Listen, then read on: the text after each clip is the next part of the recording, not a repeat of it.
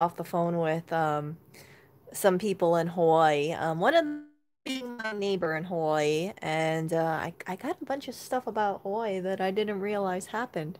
So Oreo looks like he could use a pet, so I'm gonna give him a pet. Okay, so I found out with my old workplace there was they um they had been looking to cut down costs.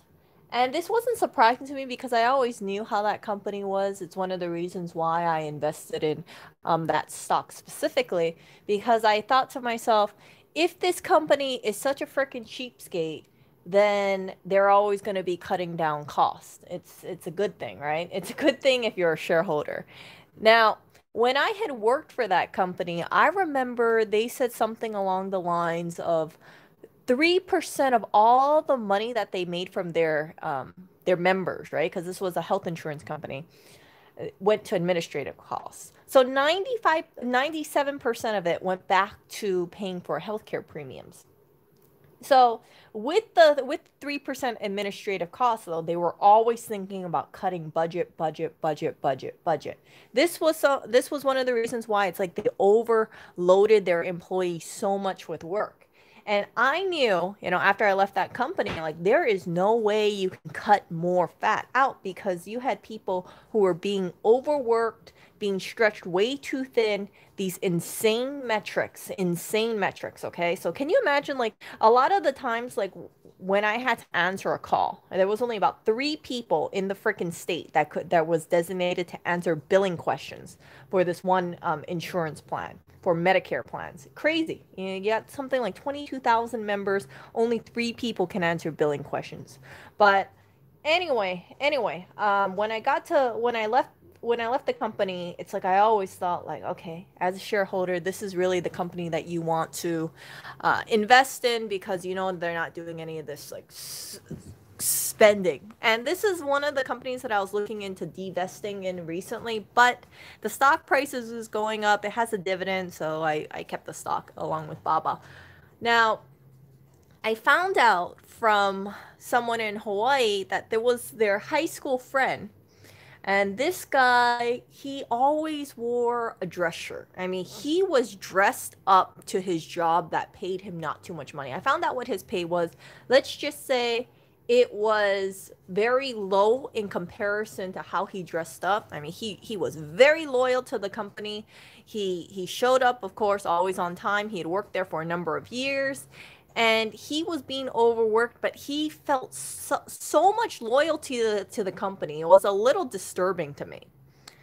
I found out that his whole department got outsourced recently. So, despite his loyalty to this company for a number of years, it's been over 5 years, the company was like, okay, yeah, we're going to move your whole department and outsource everything out to either like India or Philippines. So, he's out of a job. And because he's out of a job, his roommate, who also worked in the same department or similar department, I'm not too sure, he can no longer work at the company and he's moving out of Hawaii. So it's just it saddens me to hear about this kind of stuff, businesses outsourcing departments because they want to save money. And keeping that in mind, like I have a good idea that like the administrative cost is probably what 3 maybe 5% of whatever they're collecting from members premiums. Like you're outsourcing a whole department. You're not trying to get them into like another department, or if they can't get everyone into another department, I just feel like it's like laying people off like that. It's such an asshole thing to do. It really is. It's like, okay, and I was looking online to see if anybody was talking about this, this layoff of this entire department at that insurance company. And so it's a big insurance company in Hawaii. Nobody mentioned it online. I was looking at Glassdoor to see if anybody was complaining about it, but nobody mentioned that. At all. So, where are my pair of the shoes? Why am I gonna be wearing a pair of my shoes? I don't, I don't. The only thing I show on like stream is basically my hands most of the time, or Oreo Cat, or Clinton, or BlackBerry. That's about it. But yeah, it's just I don't know. It just rubbed me the wrong way hearing that a whole department is being outsourced. And I know they didn't have the same position either. Like I don't remember what their titles were. I know one person, he was some sort of analyst, and the other person, I think he was doing some sort of uh I want to say it's claims related, but I might be remembering it wrong, or some coordinator analyst position. I forgot. Anyway, but yeah, it's getting completely outsourced out to another country, and it just saddens me. It saddens me that people are out of a job at that one insurance company, and some people are leaving Hawaii because the cost of living in Hawaii is too expensive. So if you have two people working for that company, right? And both of them get laid off, what do? You have to move. And if you have no family in Hawaii, there's really no reason for you to stay at all. So it sucks for that one person, especially who was so freaking loyal to that one company. Um, but it is what it is. I can't say I'm too surprised at how they shafted him. But I am surprised at like how much he was. It's like like from what I picked up from him, like I met him only a few times. Like what I picked up to him is like he thought his job was really important. He thought that the company needed him, or it had this like valuable position in the company, and that's why he was so loyal to it. Like he never looked for another job with another company, even though he wasn't getting paid that much. It's like he had a lot of pride. And when I was working there, it's like my experience was just like the opposite. I saw 40% of my team leave in 1 month, and instead of looking within themselves, like management just didn't really care. It's like, well, we can just hire more people. And that's the problem with like working in a company like that. You might have this mindset where it's, oh, okay, well, the people aren't good enough for what we want. And I was speaking to this one person who was working at a staffing agency, and I asked her about it. I said, I mentioned the company's name, and she said, yeah, they have a hard time providing people over to that company. And I said, why? And they told me that it's because the people there don't meet the standards. It's like, okay, no, it's because the company is so freaking insane for the amount that they pay. There's times where they want you to work 7 days a week. Depending on your position, you don't get, I think after you make, and I might be remembering it wrong, like after you make about like 55K, you are not eligible. They have you salary, so you don't get overtime. You could be working 60 hours a week, and it'll be like, okay, yeah, be happy with the 55K that you make a year. And yeah, so it just sucks. It just sucks. I have nothing good to say about this company. I don't know if I let the name slip or not, but it's not really hard to figure out what company I'm talking about if anybody was really curious. It's a company that really prides itself on having really good customer service, and they're very they have this big marketing push, or big like push in the community, like we take care of the community and things like that. But this is all my personal experience. This is my opinion about the company. I would not even send my worst enemy to work in that company because they do not care about their employees, and I stand by that assertion.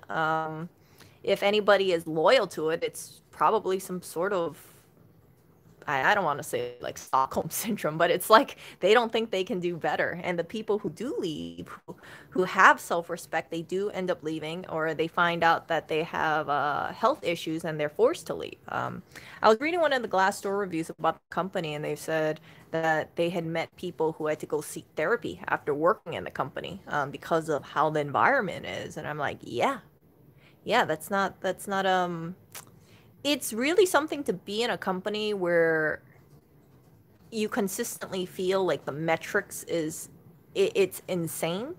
And then when you see people dropping out like flies, instead of any change being done, it's like, okay, we're going to hire new people, but we're going to take our sweet ass time hiring people. And they just increase the workload sort of stuff.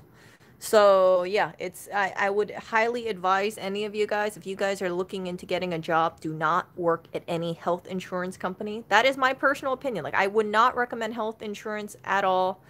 Health insurance is a miserable place to work at, in my opinion. And if you want to shy away from this kind of stuff, just don't even apply for it. It might sound alluring because they might be like, oh yeah, we really care about our employees. We have a gym, we have, this and that, and we have all these things for our employees. But ask when you do that, like think about how many positions you see open. If you see a lot of positions, it's not because everybody decided to retire it all at one time. It's probably because where there's smoke, there's fire.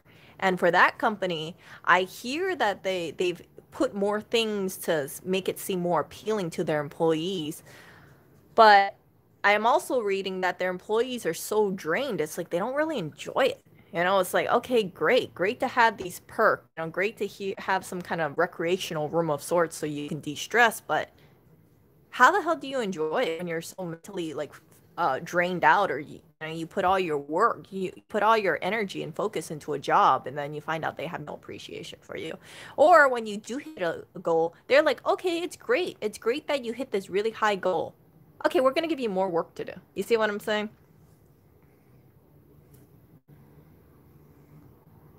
Oh, good. You know what? Congrats, Emily. Congrats for passing your first semester of nursing school.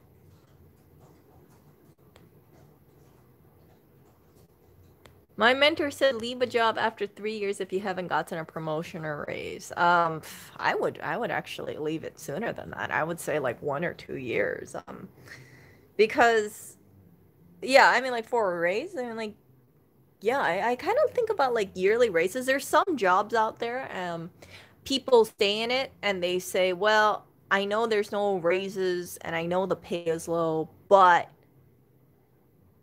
I like the name recognition, so I'm gonna stay at this kind of job. Where it's like they have this thinking that the company really maybe will suddenly give them a promotion if if they just stay in that position, even if they're like, oh, times are tough, so I'm just gonna stay with the company and maybe in the future I'll get that promotion. Turns out they don't get that promotion. Personally, I knew someone who stayed in a company that wasn't very good to them at all. And they were hoping that maybe if they stayed there longer, they would be able to have like a store manager position of sorts. And it didn't work out. When the store manager left, they filled in interim, and then they got passed over immediately because they said that they were worried, or it's like the people in charge are like, no, yeah, we know you can do the job, we know you've done this kind of job in the past, but we rather hire someone else. And yeah, so that person left the job, and I'm happy for them, and they're working for another company. I don't know how it works with the new company, but working in any sales position right now, I think is really tough. I've known people and heard about people getting laid off if they're in sales because, yeah, it's really hard to sell stuff to people, especially if it's like a higher price thing to people during this time. It's not like people are being very generous about their money. Yeah, and I encourage people, and I know this is considered to be bad for the economy, but I encourage people, really think about how you're spending your money. Think about how you think about where your money is going, and then just be very cognizant about that. I do think things are going to get worse in the economy. I do think that we will see more chaos. I don't want to say chaos, but I think we will see more crime happening when people are getting evicted more. Um, and it is important to just, if you feel like it's unsafe, like make sure you stock up on certain things like resources so you can kind of like bunker in. And yeah, I've really thought like it's important to sort of be a prepper, just in case, in case natural disaster happens, you can't go to, let's say, the grocery store for 2 weeks. Do you have enough food? Do you have enough water on you? If certain emergency situations happen, you do not want to be that person who's like, oh crap, I don't have any water on me, and there's no access to water at all. So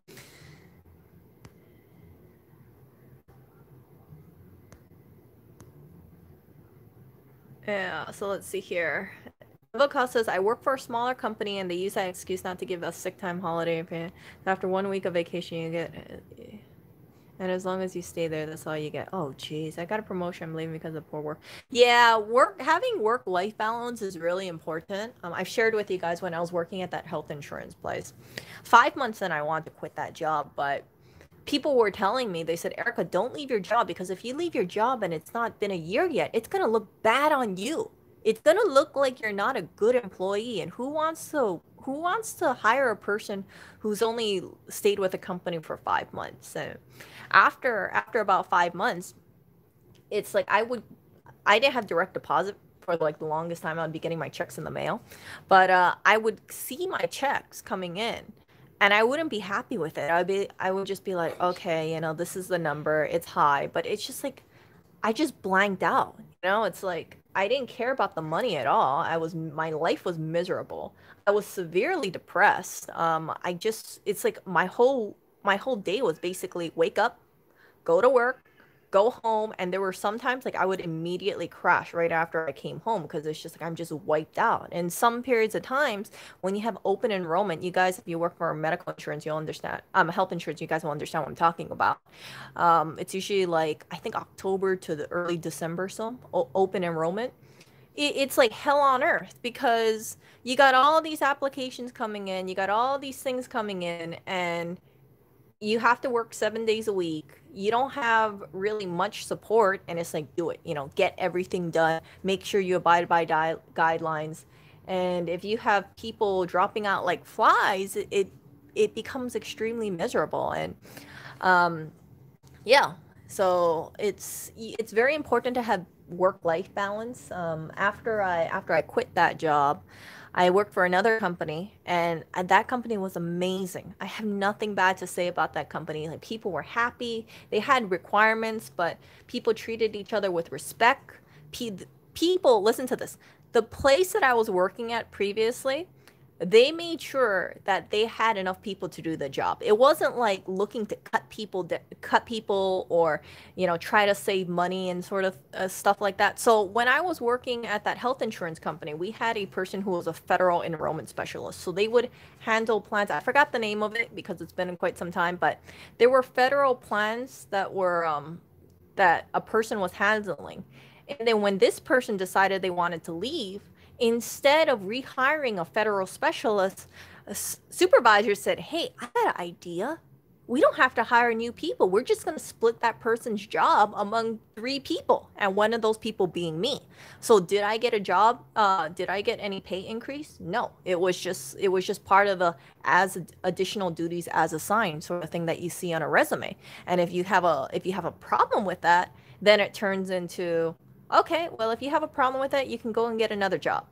But as I said, it's like I was advised by so many people, do not leave that job, Erica, because you need that job. You need to preserve your resume. You need to make sure that you stay there for at least a year and you have no break in your work history, because if you have a break, then people are going to think that you're not a good employee. So it was between a rock and a hard place. And if I could talk to myself back in the day, I would have said, Erica, you know what, just leave the freaking job and give the middle finger to them. And yeah, like, screw it. It's not worth it. But after having that experience, I've kind of realized, like, yeah, I don't think people should like vest so much time into an employer and think that is their only option. I think people are highly capable and there are really good employers out there. You just need to find them. I think working in like some union jobs, I'm a big fan of union jobs. What? What is it? I've seen the speed that you work. I know you're a big fan of union jobs. What? Speaking of union jobs, BlackBerry is guarding your Clio by sitting on top of it. She's sitting on Cleo? She's a union worker right there. Okay, She's guarding. if she's sitting on Cleo, you know what? If she breaks Cleo, you owe me the newest MacBook. Okay, okay, BlackBerry, do whatever you want. We'll see. If Cleo breaks, I get a new MacBook. Hello. The influencers here. The other influencer. Oh, Did you know I was talking to my neighbor today, and she says she sees your streams, Lewis, but she doesn't understand why anybody watches your streams because she finds it boring. And I was like, yes, yes, go to the channel with 4.9K That doesn't make subscribers. sense. I watch it, but I don't see why people watch it. Then why are you watching No, it? she watched a portion of it and she thought that stuff was boring, so she told me that she said she just hopped onto my channel. She's probably a boring Hawaiian. Huh? I bet she's a boring Hawaiian. No, she says the only people that watch your channel are people who are like tech nerds. Probably she's And probably I was like, you know what? You got like 1 million people who are anti-Apple watching those videos. she's probably a basic boring Hawaiian that Huh? likes Justin Bieber and Shawn Mendes. Oh, whatever, whatever. Look at that guy.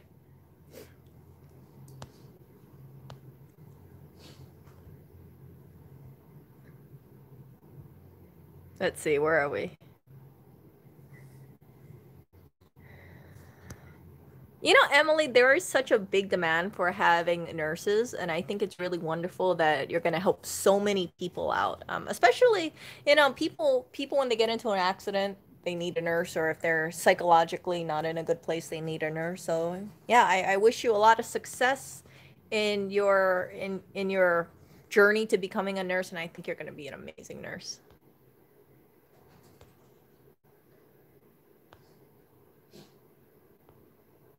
Yeah, job market is horrific. Companies are downsizing, they're outsourcing as well.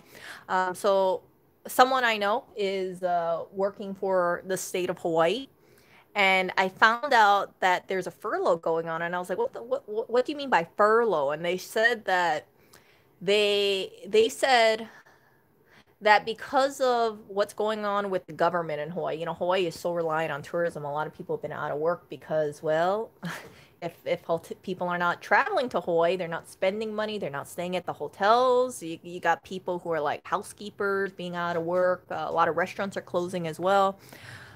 That because there's a like a budget concern or budget deficit, they're telling people who work for the state of Hawaii that in order for them not to get laid off, they have to work 2 less days in a month for the next 4 years to keep their job.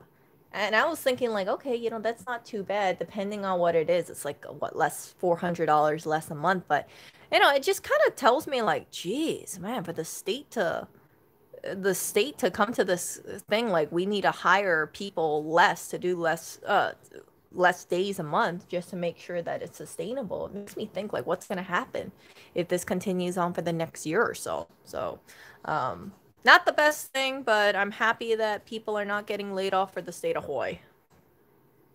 I heard even for like New York State, right? There's a lot of people who might be losing their jobs. And I want to say it's like 1,500 people, but I might be remembering it wrong. New York is really a mess. Really a freaking mess.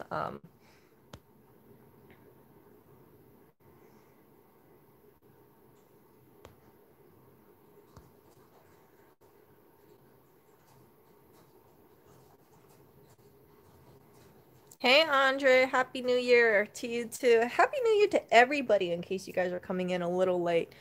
But yeah, so it makes me worried about these state governments. You know, if I could turn back time and I could change things,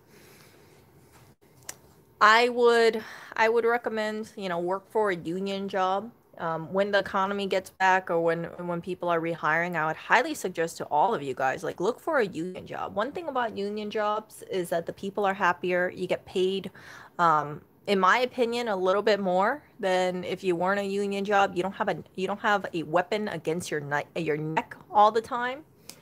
And the health insurance company that I worked at, even though they had over 1,000 employees, they were anti-union. Their employees did not unionize, and they were saying, I forgot what the reasoning it was, but I remember the orientation. They just said very clearly, like, yeah, they don't believe in having unions, or they don't support having unions, or whatever the case is. It's like I see what happens at a health insurance company when you don't have unions. It's horrific. It is horrific.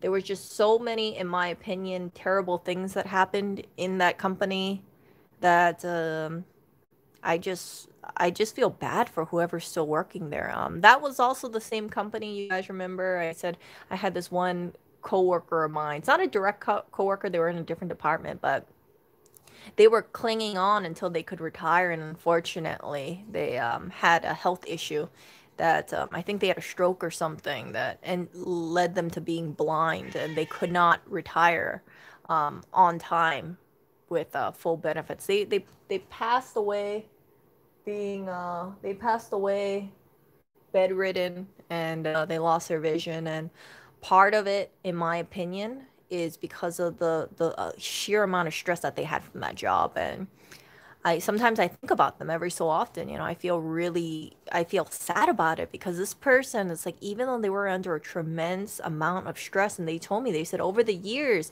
they just got more and more work piled onto them, and they had to stay later and later because that's the additional duties as assigned. And they felt like they were between a rock and a hard place because they knew that they had invested so many years into the company that once things went really bad, it's like they had no choice but to stay at the company if they wanted to collect on their pension. So it makes me sad to think about things like that. But I do hope with sharing experiences like this that you guys avoid really bad workplaces. And if you guys are in a really bad workplace and you guys feel trapped and you don't want to leave because of, concerns about having a break in your resume, and if you can financially afford to leave your job as well, um, I would suggest, just don't, if you can afford it, like, don't feel scared about going going for another job or leaving that job, because mental health is incredibly important. If anything happens to you, that company, like, if you were working for a crappy company like that health insurance company and you ended up passing away, things continue business as usual. They would easily replace you and then be like, oh yeah, we'll just have to find another worker. It's not like you're that important to them. For a lot of employees at companies, it's just like they're very easily replaceable.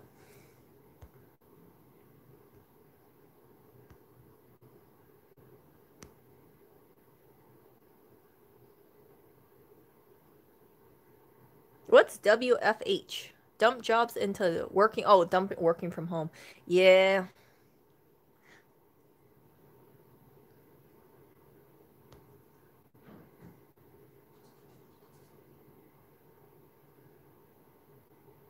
Oh, Manny Canton, do you work for Blue Cross Blue Shield?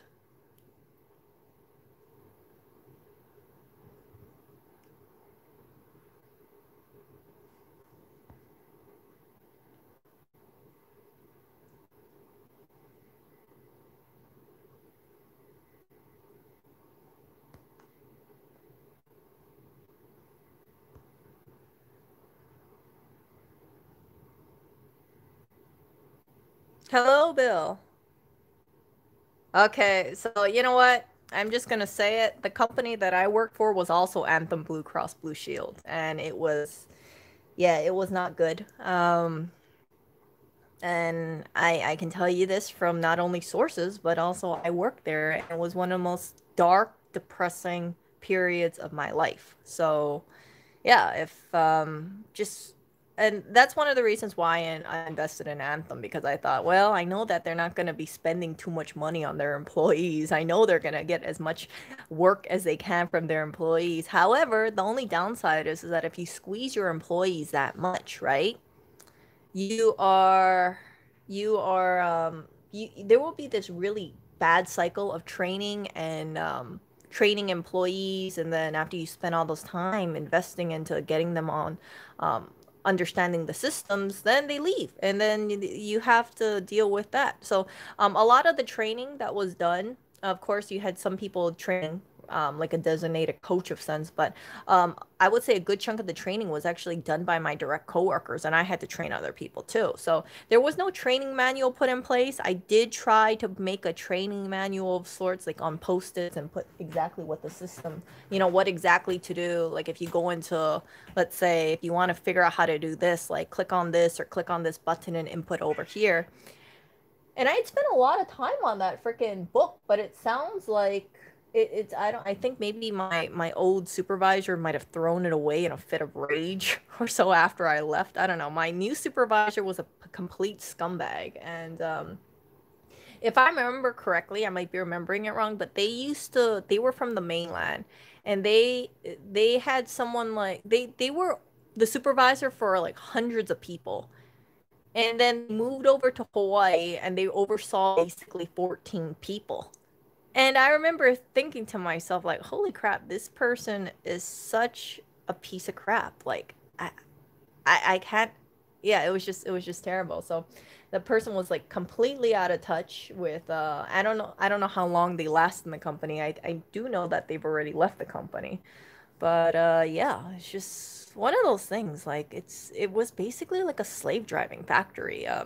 If you look up the company's reviews, you might see a bunch of 5 stars, but you'll also see 1 stars too. So I would say like if you do decide to look up the company, look at the first like 20 pages and read what people say, and you'll see people complain about all sorts of things. But then you got other people who are like, oh, this is this is a great company. And I just kind of wonder if that's some fake reviews. Because I remember there was like a huge slew of fake reviews. And then was like a few 5 star reviews all of a sudden when I was working there. And then one of the people said that they were a current social media coordinator. I'm like, oh, no shit, you're going to put some 5 stars over there if you're a social media coordinator. Because that company had such a bad reputation.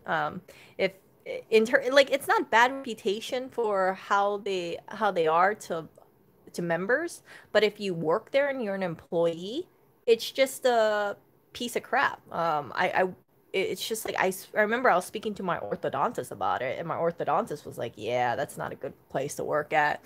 I was speaking to I told my current boyfriend at the time about it, and he told his coworker about it, and his coworker was like, "Yeah, it's kind of like a slave factory because that guy came from that health insurance as well." So it's yeah, they try to portray it as like, "Oh, we care about our employees and look how cool we are. Look how you can basically wear anything you want or something like that." I think you have to wear jeans on like Fridays, so they're like a casual work environment on Fridays. But the work itself is it's insane. It's insane, and that's why you had so much people burning out, and that's why you had people who just quit because it just wasn't worth it.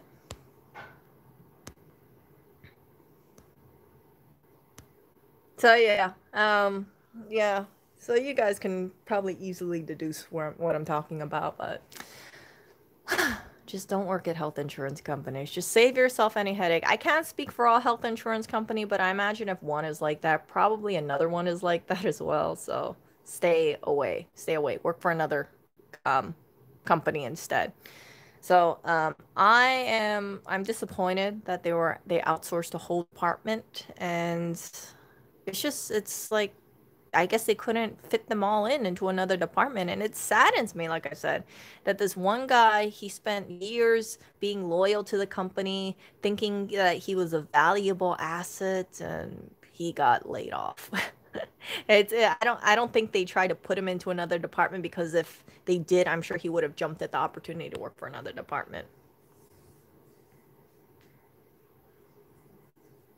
I don't know about car insurance. I don't know. I don't know about car insurance at all, but I cannot recommend health insurance. Not in good conscience. Not after what I saw. And I hope that me being very open about this just makes people think like, hey, if you're in a shitty work environment and you realize like there's a lot of turnover, it's don't take it personally. Like it's not you, it's the company. And yeah, I think that for me, it's like I just when things weren't working out, I had this because I was that was my first job out of college. I thought to myself like, crap, is this how all jobs are like? Is this how things are gonna be for the foreseeable future? And I was completely wrong. I was completely wrong, and I wish that I had left the company earlier and gone off and found a happier job. Uh, nah, but you know what? It's stressful too because like if you have to interact with someone and let's say you're doing claims and you tell them, hey, our claims specialists or our claims adjuster, whatever it is, deemed it wasn't covered, the person who answers the phone is going to be getting a lot of the crap. It's not going to be maybe the person who made the decision. It'll be the person that the person speaks to directly, and then you might end up getting personal insults. I got so many insults when I was working for that working at that health insurance place because you had people who had nothing better to do in their freaking life except like try to try to pick on someone who's working for who's answering the phone. So you'll have people who say like, "Oh, you know, your voice sounds fake," or "Oh, so you say that's possible? Okay, so I want to talk to the CEO. Oh, I can't talk to the CEO. Oh, so you lied to me." You know, it's like things like that. It's like I wish I could have just put my freaking foot down and said, "You know what? Screw you. You know, you're a total piece of crap. You know, you are a sad pitiful, pathetic human being, and you're getting off on talking down to a person who's answering the phones. And what are you? Are you a multimillionaire? You know, a really highly revered person? Do you think God will actually think of you highly if he was looking down and seeing this? Like, no. But you can't say that kind of stuff. You can't talk back to a person, and it's tough when you have a phone position like that and people just try to belittle you. And it has nothing to do really with what you did. It's just how you sound like, or it's because they aren't happy with what they're hearing, and you can't, you know, you do not make certain calls or you can't change certain things. So you have to be the bearer of, let's say, bad news, and people get frustrated, and their reaction is just take it out on the person.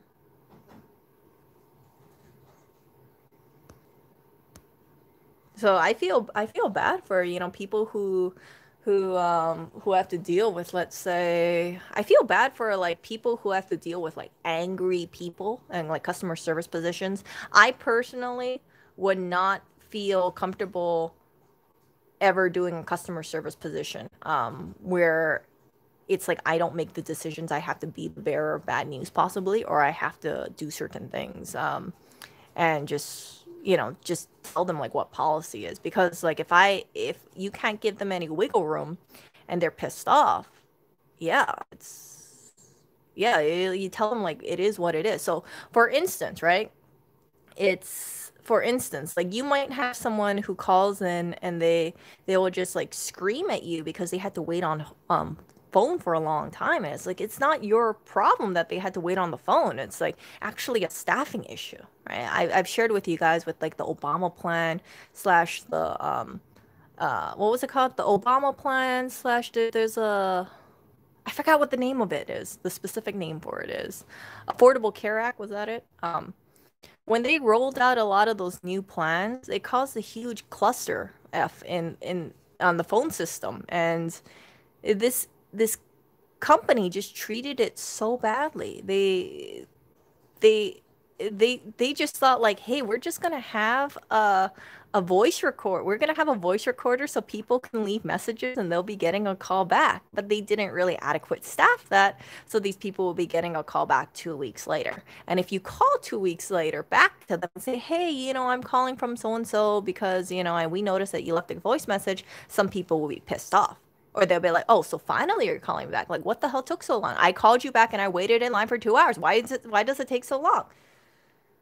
So yeah, that was like a, in my opinion, everything is my opinion, was a poorly run company, and it's smart for them to invest in social media, and it's a smart invest to care about PR people, because if they didn't focus on that kind of stuff, then yeah, it would like nobody would want to work there, in my opinion.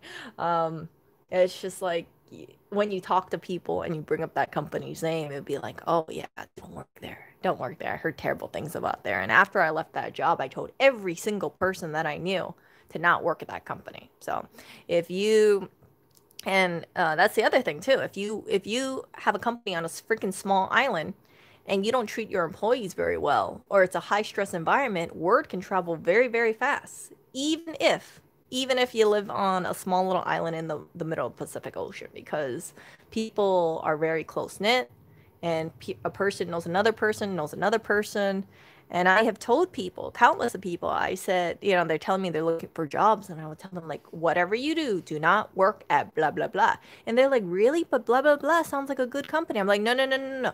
They are a good company to their members, but if you want to work there, it's basically kind of going to be like hell on earth. And I can tell you that from personal experience. I don't know what changed in the last couple years from when I stopped working there, but I don't think much changed at all. You can have a pretty facade. You can say, like, look how great our offices look now. We did a renovation.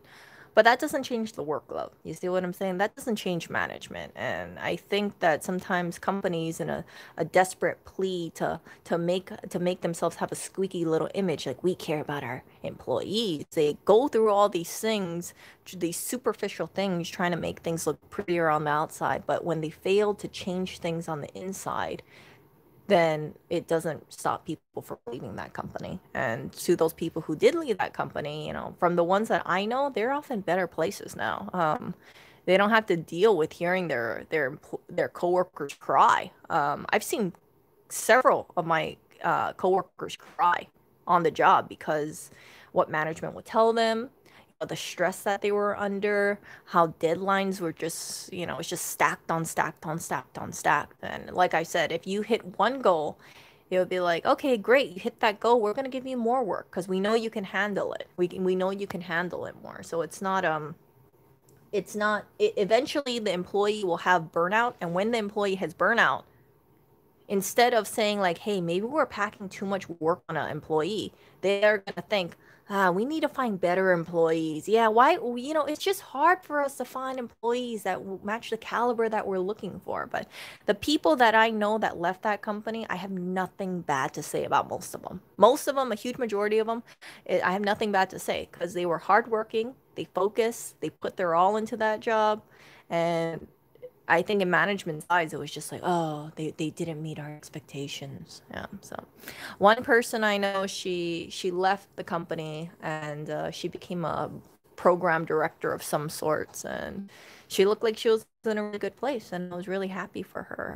And I know that if she had stayed with the company, she would have been absolutely miserable. So, I think she works something with vets now, because she was an army vet. So yeah, see, that's a good thing. Like she left the job and then she went out there, used her I think her shitty experience working at that health insurance company probably toughened her up, and she went off to do bigger and better things. Yeah, yeah.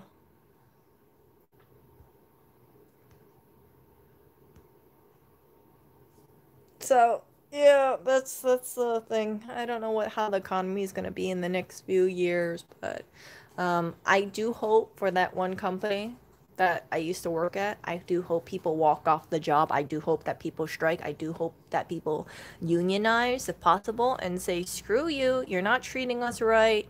You know what? You need us more than we need you." And if people could kind of come together and do like a mass walkout and get on the news, like that would be great. Because I think sometimes people don't realize that there is power in numbers, and the only way you can change things is you just have to have you just need people to come together. Because if it's just one individual person voicing a complaint, that doesn't do much, you know? So, um, yeah, I don't know how this telecommuting stuff is going to be. I do think that with work from home jobs, we're going to have more layoffs though. When people say like, "Hey, we don't need so and so working from Washington to do the job. We can hire some person in China, or we can hire some person from India or the Philippines to do this job and save money."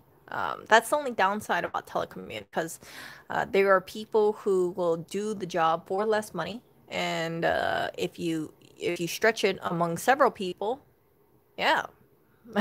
Can you imagine, like I think they said like some people in India or the Philippines, they get paid like a small fraction of what people in the United States gets paid. So the pay of what you would pay a person here in the United States can be split among, let's say, 5 or 6 people instead in the Philippines or in India.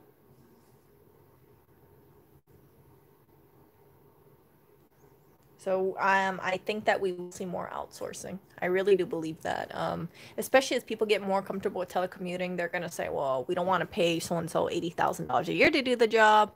Let's get someone else from a third world country to do it." And then the job market gets even more competitive because if a person loses their $80,000 a year job, they're gonna want to find something similar. And if all the jobs are work from home, yeah, they're not just competing with Americans; they're competing with people from other countries. Yeah. So it's really competitive. It's really competitive. It makes me a little worried. Yeah, just I just kind of worry about what's gonna happen in the job market. $10 is the average daily wage in Tunisia. Wow, crazy. Yeah. Anyway, I need to get going. I got stuff that I need to do. So I will talk to you guys later. And I hope you guys take care. Let me know in the comment section below, like what's happening with your state or what's happening with your country in terms of like them wanting to save money or them having budget shortfalls. In Hawaii, they're furloughing. In New York, they were talking about laying off about I think 1,500 workers.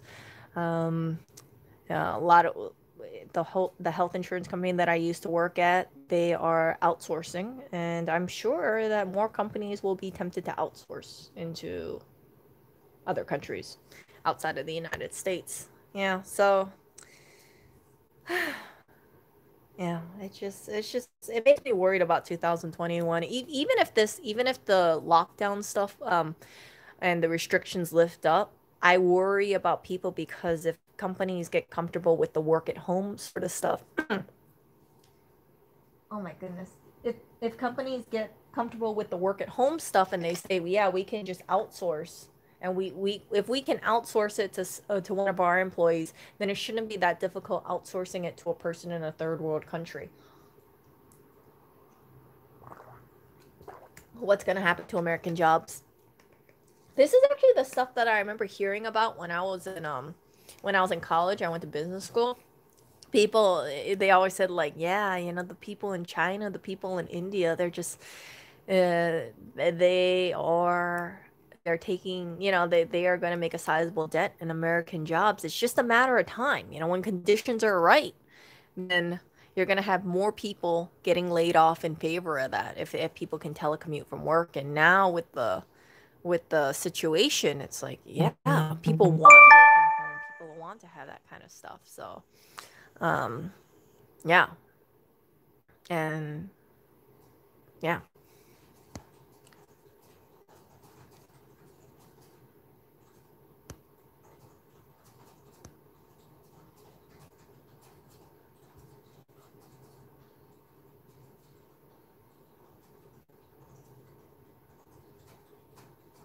Wait a second. Hold up a second before I leave. The moment governments mandate $15 US regardless of location, most US companies would prefer to hire in the US. I have a problem with the minimum wage requirements, and I'll tell you what my problem with that is that I've seen like if companies, let's say if there's a push like you got to pay your employees $15 an hour. And from the employee side, I can see people being like, "Yeah, yeah, that's really great because I'm only getting paid 12 right now. Put it up to 15." What it's going to do is it's going to incentivize companies to think about it and say, "How can we save money? How because if they're spending an additional $3 on each employee, they're going to think about investing in technology to do the work for them." For instance, right? I go to Taco Bell and there's no one really manning the front anymore. It's basically three employees, two people in the kitchen, one cashier, but the cashier directs the person to go to the kiosk to place the order. So there's two kiosks, right?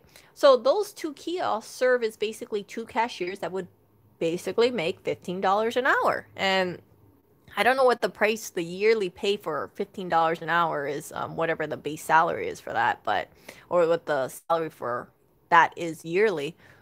Those kiosks will pay for themselves. And if I was, and I know people might give me slack on this, but if I was a business owner and I had like, let's say, a retail fast food place or a retail sales place, and they told me, you gotta pay your employees more. We're forcing you to. I would have to either, if I didn't feel comfortable taking a cut in profits, I would have to look at ways to ensure that I need less employees or price pass the price on to the consumers.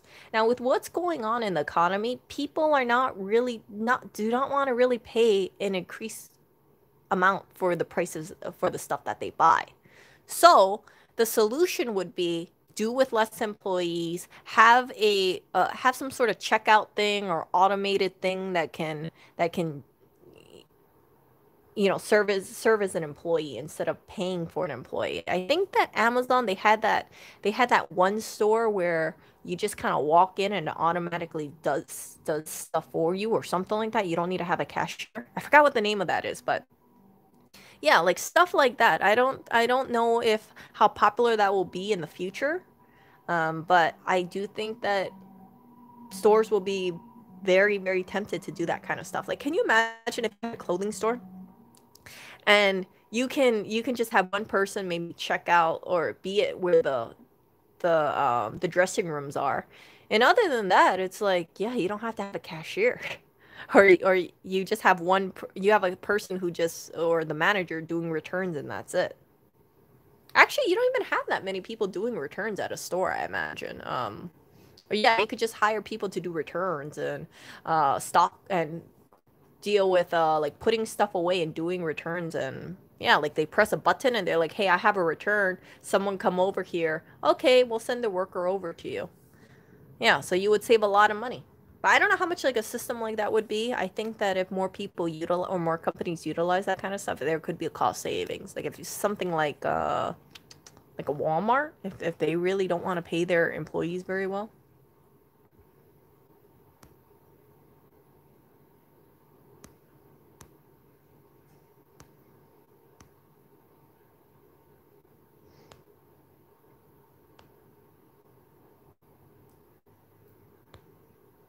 Yeah, I heard about Walmart, that happening with Walmart. So people don't make enough money at Walmart, and then Walmart allegedly will direct them to seek low income benefits, like food stamps and things like that from the government.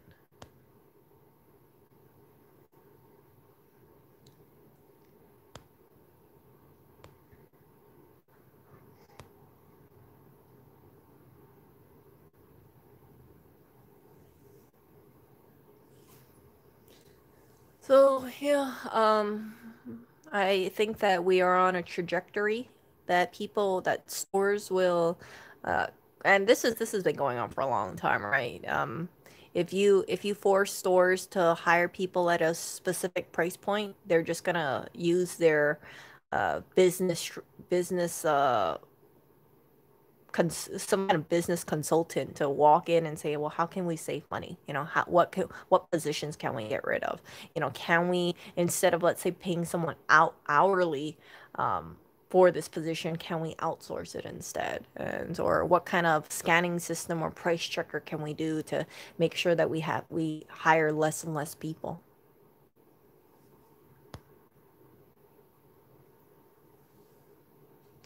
So yeah, CCP is kind of scary. I've checked out that channel, Lawai and Serpenza, and I don't remember checking ADB China, but yeah, some of the stuff that I hear, I'm like, ooh, jeez.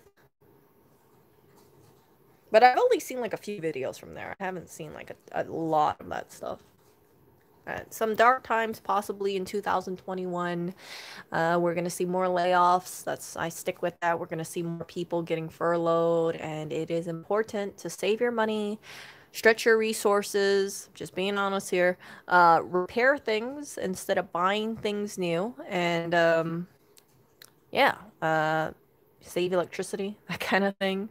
Make sure that you you are smart with your money. Don't spend your money on stupid. I know some people, and this really irks me. I've seen this happen too many times. If you make more money, then you are tempted to spend more money. Like, oh, I just got a job promotion, so now I can buy this expensive designer stuff because I'm making more money. Like, no, if you are buying an expensive designer stuff, you are not being fiscally responsible. If you are just using whatever difference your pay is to feed it into some like uh designer thing. And I knew a person that had a sizable price increase. Listen to this. I knew a person who had a sizable pay increase, my bad. Sizable pay increase. They were making a good amount of money. And what they did when they made a good amount of money is they spent a lot more money on stupid. So even though this person was making substantially more than me, they were actually in debt at one point because, yeah, they just said, well, I'm going to treat myself. I'm going to be buying more stuff and I can afford it because I'm making this amount of money. The scary thing about bills and the scary thing about debt is that things add up really quickly. It's like going to a grocery store. You know, when you buy, like, let's say a bag of chips, and then you buy some candy, and then you buy some, rice, and you buy some ketchup, or you buy some, paper bags or plastic bags. Like, it might all seem cheap, but the more stuff you buy, it adds up. And the same thing with these kind of costs. Like, you might think, like, hey, $400 not that big of a deal. $400 plus $20 plus $30 plus $2 plus $5 plus $7 plus $3. Like, yeah, it gets up there pretty fast. So if you have a good job, save your money, invest your money. I do not think anything is going to happen to the stock market because the stock market cannot crash 100%. If it does crash, it's not going to crash forever. There is just too much big money from investment companies um, that yeah, I refuse to believe that billions upon billions, like Warren Buffett's portfolio is not going to be decimated in 2021. It might get hit, but it definitely in 2022, 2023, 2024, it's going to be back up. It's not like 100% of the companies are going to go away. Um, and yeah, so if you have a stock portfolio, might be rocky times in 2021. I don't think it's gonna be as I don't know. I think like when evictions start, I know there have already been evictions, but when evictions happen in mass, then I think the stock market's gonna take a hit. And I would recommend that yeah, just have faith in the stock market. I have faith in the stock market, even if it crashes like it did in 2020. I think around March, April, something like that. I'm not worried about it. I was talking to someone today, and they told me that they wish that they had bought more when the stock market crashed. And I said, why? And they said, Erica, I should have known the economy is going to go back up. And I said, what do you mean by that? And they said, the economy always goes back up. And I said, yeah, you're right, you're right, you're right. And then they shared with me that they felt like they kind of missed out because instead of buying when it was low, right, they didn't buy it all. And I told them, I said, you got to also think about timing though, because I saw the stock market crash too. And I was kind of afraid of buying a lot of stocks because I didn't know how low it's going to be. You know, you have this unprecedented thing with the situation. You don't know how long it's going to last. Like I know some people, they saw the airlines go down, they saw the cruise ships go down, and I was like, I don't want to touch that with a 10-foot pole because yeah, I don't know when the Carnival cruises are going to go back. I don't know when hotels are really going to reopen. I don't know how comfortable people feel about going on a plane or going on a cruise ship for thousands of miles. I personally don't feel comfortable going on a cruise ship. You heard about, I think it was the what was it, the Princess, something like that. That got stuck, I think, in Yokohama. I might be remembering it wrong. For 3 weeks because someone had a case. Like, I do not want to stay on a cruise ship for 3 weeks and be trapped on there. Like, yeah, we got to keep you on the cruise ship because someone has the virus, right? I don't want to be stuck on a cruise ship. So I didn't invest in cruises. I heard cruises went up immensely, but I was like, I don't want to touch that. I don't feel comfortable touching that. So,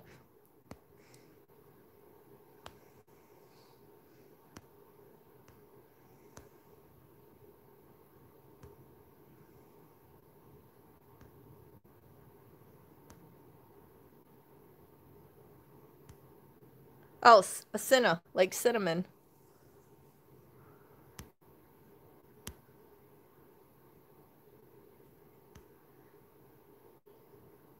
You can't keep cutting cutting workers forever, but I think that you can reach a point where you feel where you can have the least amount of workers. You know, you can like if you had, let's say, machines doing automation, you can have a worker overseeing the machines, workers making sure that the machines are running. But yeah, you can't get rid of all workers out of a store. But you can definitely cut the fat, or try and stress out your employees and say, well, you know, we don't want to rehire people, and I know 3 people out of our 10-person team left, but let's see if we can handle the work of 3 people with the work of 10 people and 7 people, and maybe we'll save money. Of course, you know, the management won't tell that to the employees. They'll just see how long 7 people can do the job of 10 people. And if it works, then they're not gonna want to rehire 3 additional people because that's cost savings.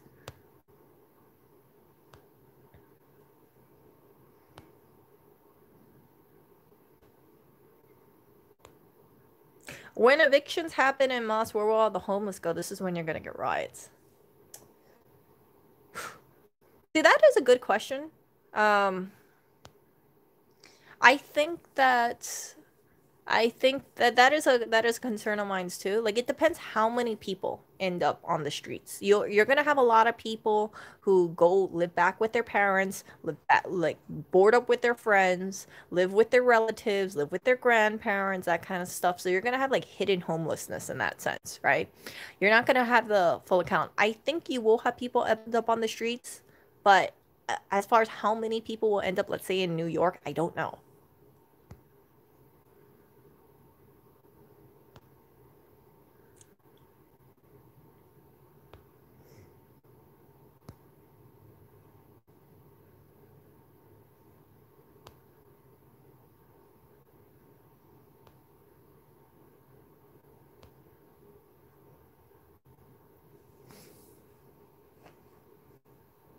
People are in survival where luxuries will pick up later. Buy stocks in fur industry and for food. I would actually advise against buying any stock in the fur industry. Reason is that in society it's kind of shunned like real fur is looked shunned upon. You guys know my thoughts about fur. I think that if you buy fur from an invasive species like a nutria rat, I don't see any problem with that. If you wanna if you buy fur though that's coming from a fur farm, let's say mink fur from China or Russia, that's really looked down upon. I fully cannot support that kind of thing because I think the conditions in these fur farms are pretty heinous. And I don't think it's good to support an industry where you can't make sure that the animal was slaughtered humanely. Some of the fur videos I've seen, it's pretty damn gruesome. So my stance is that if you buy fur, I rather buy real fur over fake fur. I would buy pre-owned fur or pre-loved fur over fake fur any day. And but I would also tell people that. I would say, you know what? I understand your thoughts about fake fur, but I don't feel comfortable releasing all those plastics into the environment. I don't feel comfortable having a hunk of plastics on me. And if I throw it away or ends up in the landfill, it's never ever going to decompose. Real fur can last for decades if you take care of it. That's the reason why you see like grandmothers or grandparents passing down their fur coats. They used it, then maybe they try to give it to their daughters or their granddaughters, and you know, it's still usable. I've seen vintage coats, vintage furs in New York, but people have been conditioned not to buy it, and I think it's a sad thing. I think it's sad when people don't feel comfortable buying authentic furs, pre-owned authentic furs, because they're afraid of the judgment about what people say. But I also understand that people don't want to be approached. I know that if I wore a fur coat on the subway, I would be a target for either robbery, or I'd have probably some person approach me and then talk to me like I don't know anything that happens in the fur industry. I know what happens in the fur industry. And yeah, but as a consumer, I look at this stuff, I'm like, well, you got a coat that someone didn't want anymore. It needs a home. I'm cold. So, our fur. And if I don't want it, I'm gonna rehome it to another person and say, hey, take care of it. This stuff can last you a very, very long time. Um, leather wallets, leather purses will last a lot longer than fabric stuff. I've gotten rid of like a lot of fabric purses because it's like after a while, it's like you got like holes in it, or it looks really dingy and you can't wash it out. And with leather, especially a dark leather, all you have to do is condition it, and it's good.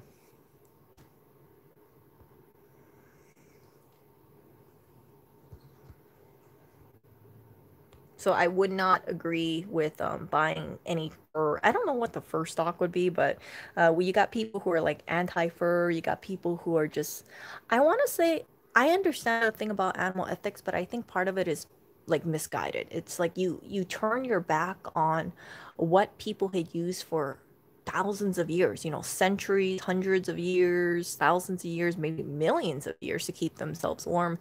And it's not healthy to look down upon. I'm sure there's people who look at the Inuits, the people in Alaska, and say, look at these people, they're savages, like how dare they use this animal fur to keep themselves warm. But the truth of the matter is that these people are living off their land. They don't have the convenience of going to Whole Foods or going over to, uh, like Macy's and just walking over and like West 34th Street and saying like, yeah, okay, let me buy the Calvin Klein stuff. Yeah, I'm gonna go buy something from Nordstrom. And when you survive off the land, it's you really. I know this is going to sound really ridiculous, but you really got to just survive off the land. You make do with what you have. So I have a tremendous amount of respect for people who are survivalists and can live off the land. And I think those people who are survivalists, homesteaders, they have a tremendous amount of respect for animals, because if they're hunting their own, let's say moose, they're hunting their own deer and they're eating it and they're butchering it, they know that they had to go and find the animal, they had to skin it, they had to gut it, they had to prepare it. They're not going to let this stuff go to waste if you're a true hunter. You're not just one of those game hunters. I don't really have that much respect for game hunters. The exotic ones, the people who want to hunt elephant for no apparent reason. But the people who let's say hunt deer for meat, and then they want to use their hide for fur to make a hat or gloves, or like a scarf, like that kind of stuff. Like I support it.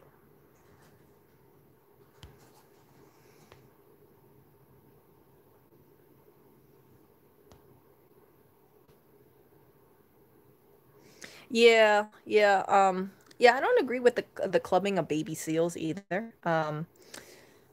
If you like, I saw those videos and I thought it was cruel.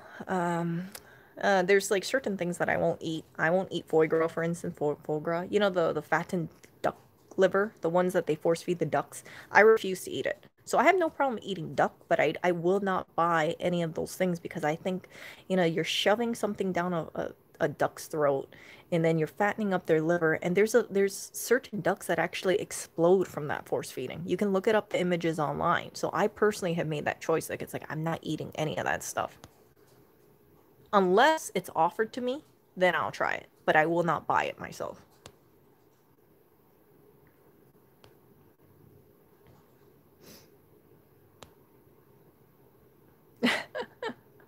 Yeah.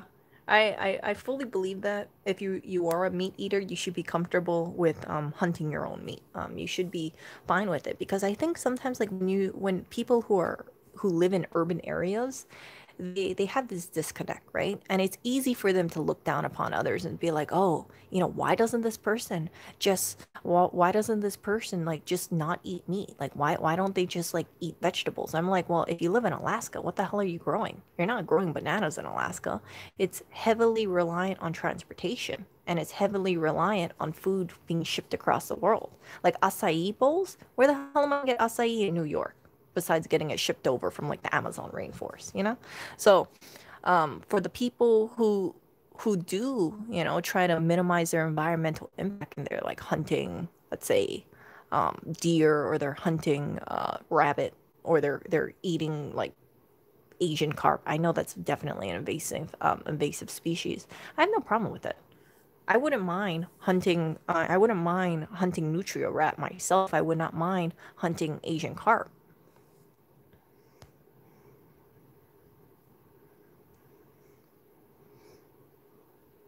It depends.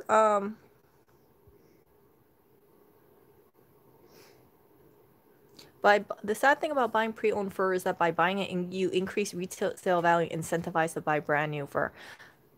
I think that if you buy faux fur, it has that same thing because real okay, the expensive faux fur that I see on the internet that looks just like genuine fur, people, if I saw that on the street, I would assume that was, let's say, real coyote fur or real mink fur. So that in itself, if you want to not support that kind of stuff, you shouldn't be wearing any fur alternatives as well.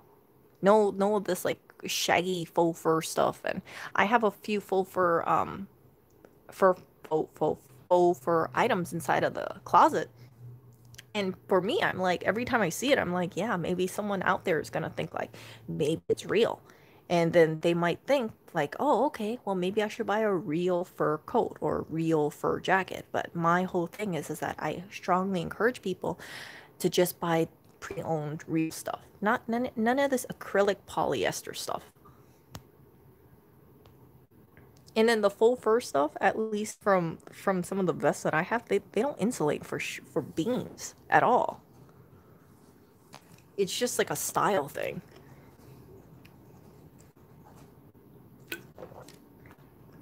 If I am freezing, believe me, I want to stay warm. I don't want to deal with this whole, oh, okay, well, just deal with like wearing a fabric coat because of, think about the environment. I'm like, no, if I'm fucking freezing, I am going to make sure that I stay as warm as possible so I don't lose any limbs.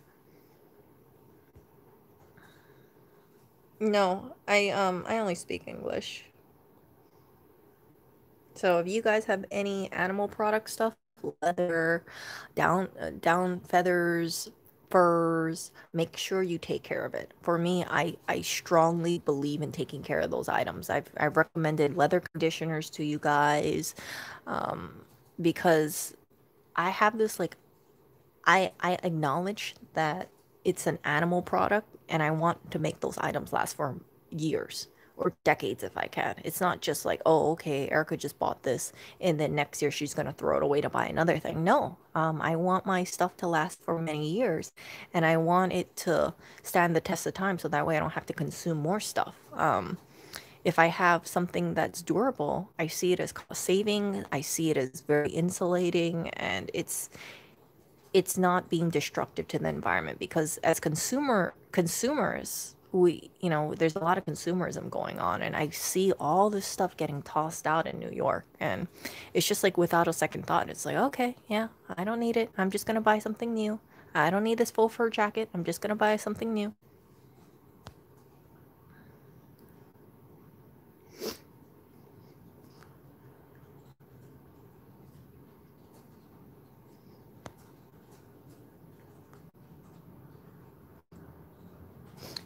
Do you guys so how are you guys insulating yourself if you're at negative 40 degrees?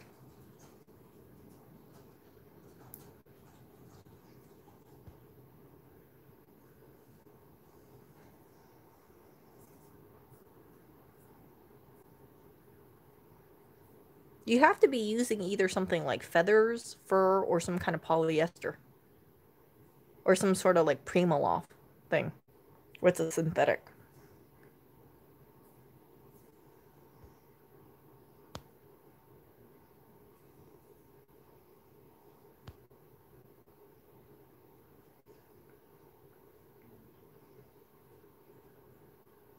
So what's the winter jacket made out of?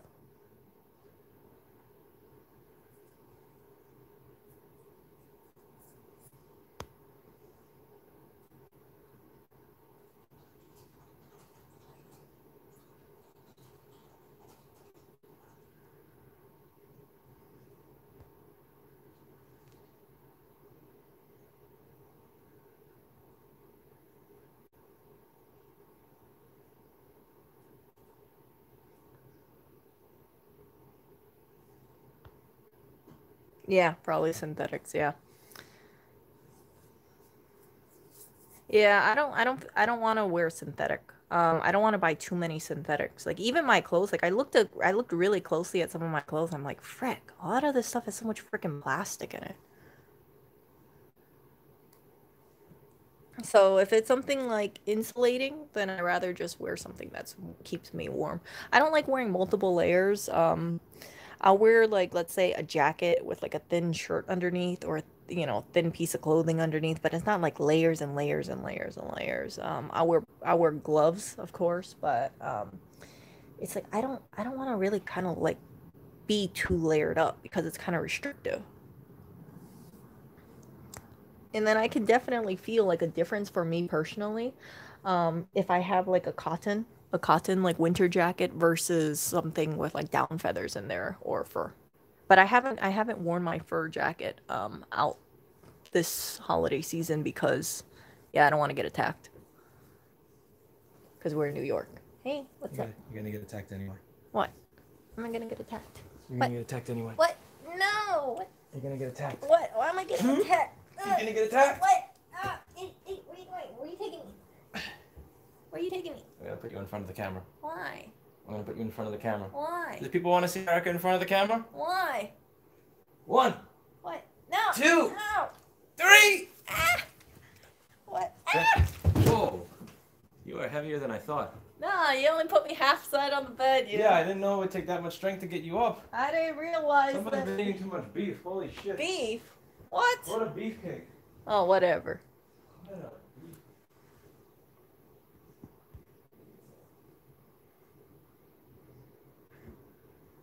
No.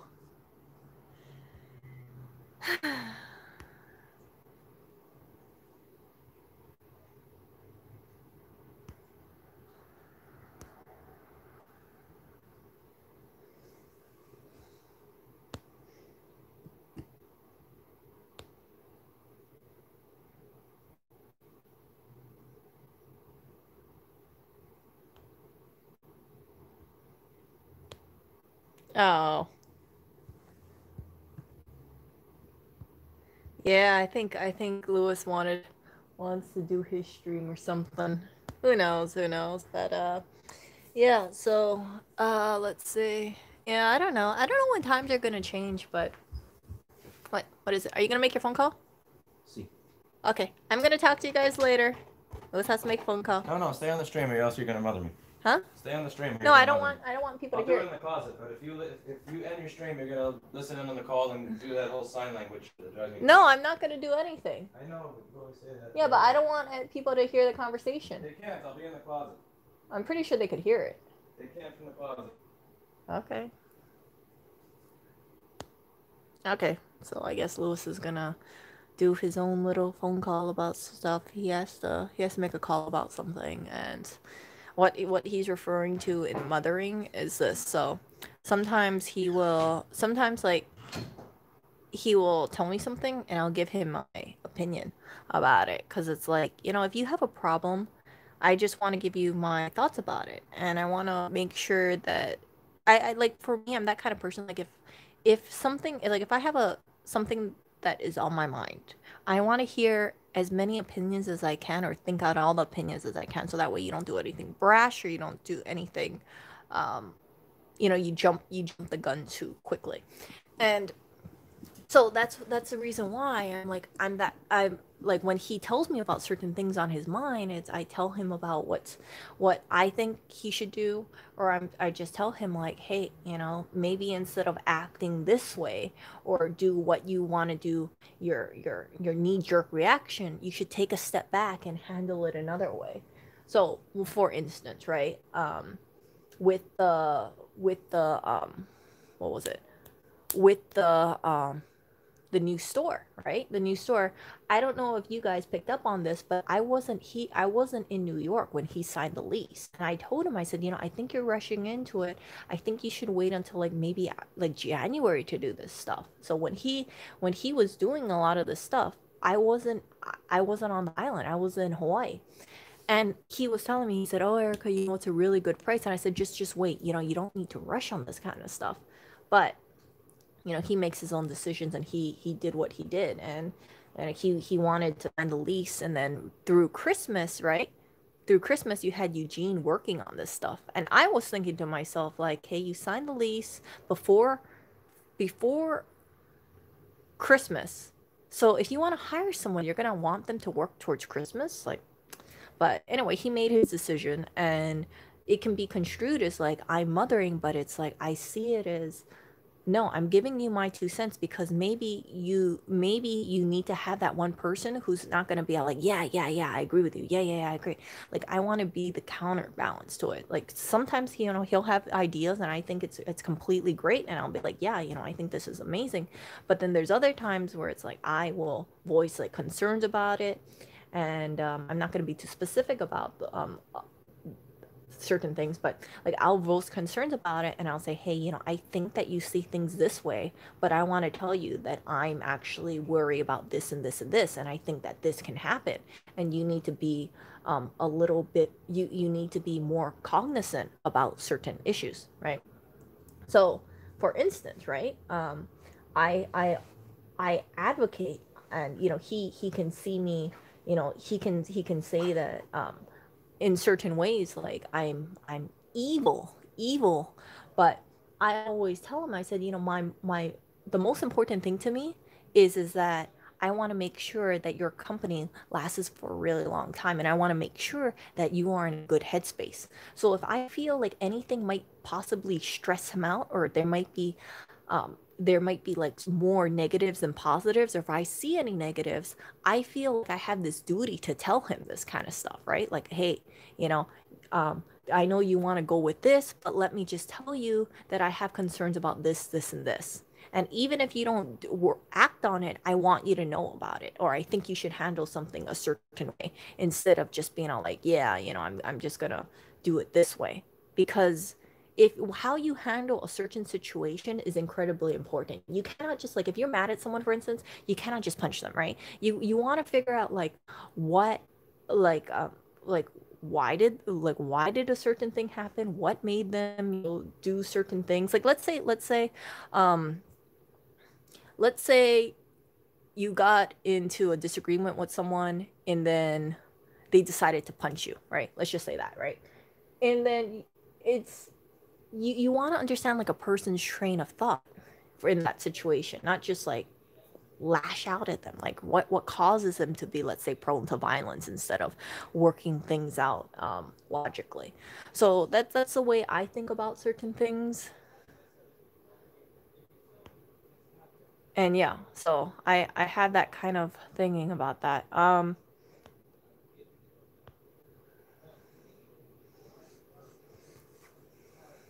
Yeah, like definitely. Not 100% of the time. Like I don't like there are times that, I'm wrong or he's wrong and that kind of stuff, but I give him my thoughts because I feel like I don't want to be one of those significant others who just stays silent. I don't want to see even like with my friends, right? I tell them the same thing. I said like if I see a car crash coming, I'm going to tell you. I'm going to tell you because I care about you. It's not because like I don't want to be one of those people who is just like, I'm just going to be with you during pleasant times. And then if you have a problem, like, I'm just going to stay away. I don't respect that. I don't think it's right. And when you see someone turning into, let's say, they're going through a difficult time, if you do not get involved and say like, hey, how can I make sure that things are okay? How can I give you some advice to make things better? I don't consider that to be a true friend. Um, so there are times where like my friends tell me stuff, and at various points in my life, like I did not want to hear it, but because they told me about that stuff, like I was able to change my course about certain ways I handle things. But same with my friends, if they are going through some crap and they tell me, I will say, hey, let's brainstorm together, let's figure something out, and maybe you're going to take my advice, maybe you're not, but I want to see them there at a better place, because I think that if you have any relationship or any friendship, it's important to have this level of comfort with saying, hey, you know what? I want to make sure that I tell you what a good path would be. Even if it's not the right path, like at least give them that option or tell them about that option in case they didn't think about it. Like sometimes when you're stuck in a situation, you have the horse blinders on, right? And it's hard to see, if you see your side, it's hard to see maybe another person's side. So you can, there's always like two sides to every story, right? So if you have a third person, they're able to say, okay, I see your side and I try to see the other side and maybe here's a solution.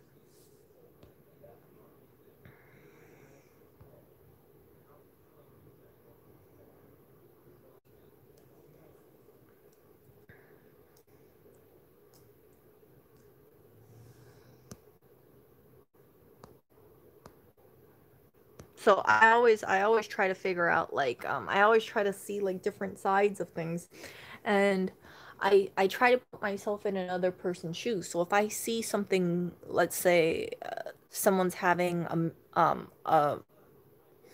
like a like the Eugene situation, right? I'm able, I know, like, with the Eugene situation, like, that was basically done on blind trust. That was like, okay, someone referred it, and I didn't see the Eugene situation for what it was. But I do think that there was, it's hard to say because there was like, no second opinion given on the floors at all. There was just, okay, we're just gonna go with Eugene's recommendation. It was like, okay, just make the deck. Um, but I think that if like the second opinion was sought out and said, "Do you think this is a smart idea?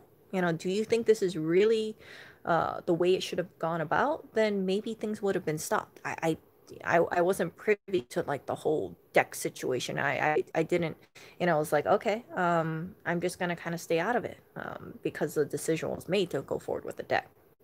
You see?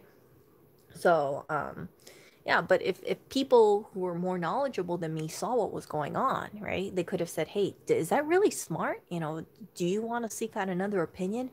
Do you want to, is that really necessary to build a deck? Can you just like level out the floors instead of building this wooden structure?" Right? But maybe I'm just wrong here, but it's like I always thought of it like there wasn't a second opinion being made. So with no second opinion, you put your blind trust in someone, and this is the reason why certain things can happen. So that is why it's like I always have this whole thing where if any important decision is being made or anything that might cause heated um, issues within one, I always try to get another person's opinion. I always try to get a second opinion, not just put your blind face to one person.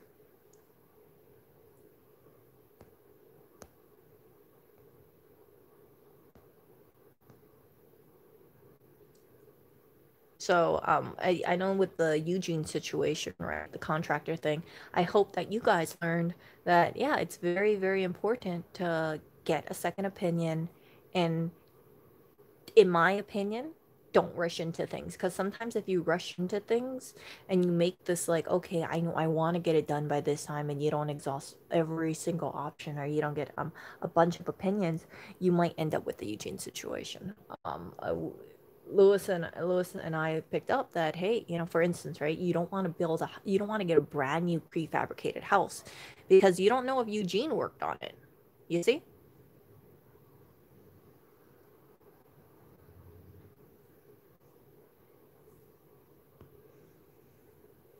No, because it's because he signed the lease so quickly. There was a timeline about this stuff, and he wanted to get the ball rolling because I think he wanted to start on some new project or a new endeavor.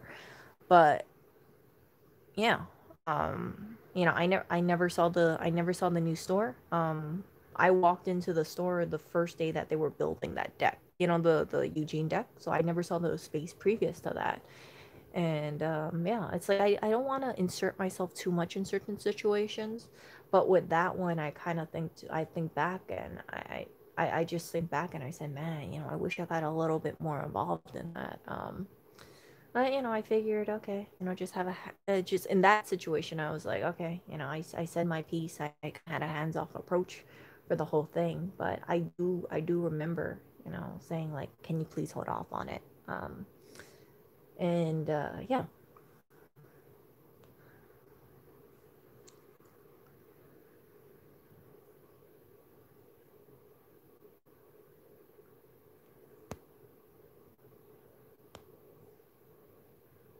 cause no, no, Eugene is that kind of thing where let me put it this way.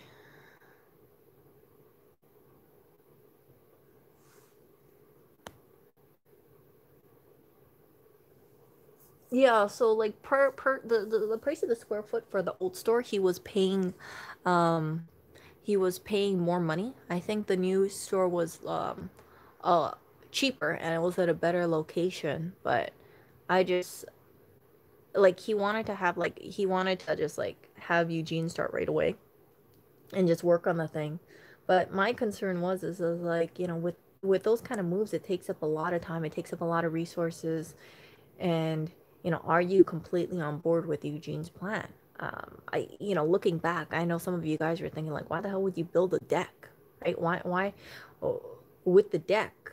And even when the deck was being built, I remember bringing up the point. I was like, you know, there's a lot of open slots here. You already have a mouse problem. How do you know the mice might not make a hole in the freaking deck? And then we pulled up the deck and then you see cigarettes inside of it, right? But it was just like blindly going with Eugene. So if you could turn back time, definitely get a second contractor's opinion and see what was being said. And I just kind of wonder, you know, why uh, before the deck was being made, you know, why wasn't there like a hey, is a deck really the way to go? Like if anybody undergoes a contracting thing, right? You always want to get like, okay, should I really do this? Is or like a plumbing thing, right? Is this really the way to go? Yeah, yeah, but yeah, I think it was just okay, just a lot of blind face into. Yeah, step into the toilet. Yeah, yeah. But it was just this whole thing like, okay, yeah, that idea sounds pretty good. Yeah, just do whatever you want. And you guys saw the timeline of what happened with the deck. It took so freaking long, and it's embarrassing, you know, it's embarrassing to think about how slow that was being worked on. And I remember I brought it up to Lewis. I said, Lewis, do you want me to go over to the store and like see what they're working on to make sure everything goes on track? And he's like, well, you're my girlfriend, Erica. You know, that's gonna be like ridiculous or laughable if you're overseeing that stuff. And I was like, well, you know, okay, okay. So, you know, I didn't, but, you know, as time went on, you see how freaking slow this is working. It's like, are they really working it all that time? Because I knew every single day, if I remember correctly, it was costing Lewis $400 a day. That's why people have project managers um, on site. So, yeah. But I guarantee you, like if he did any other endeavor like that, like if he wanted, I always give him my opinion. And I want to make sure that if I can steer him away from some dangers. No, yeah, yeah, Drew, but you know, it's like I don't. It's like I'll bring up the suggestion, but as I mentioned before, I don't force it, right? I can't force it. I can't be all like, I don't care if you don't want me to be there. I'm gonna go there anyway. See?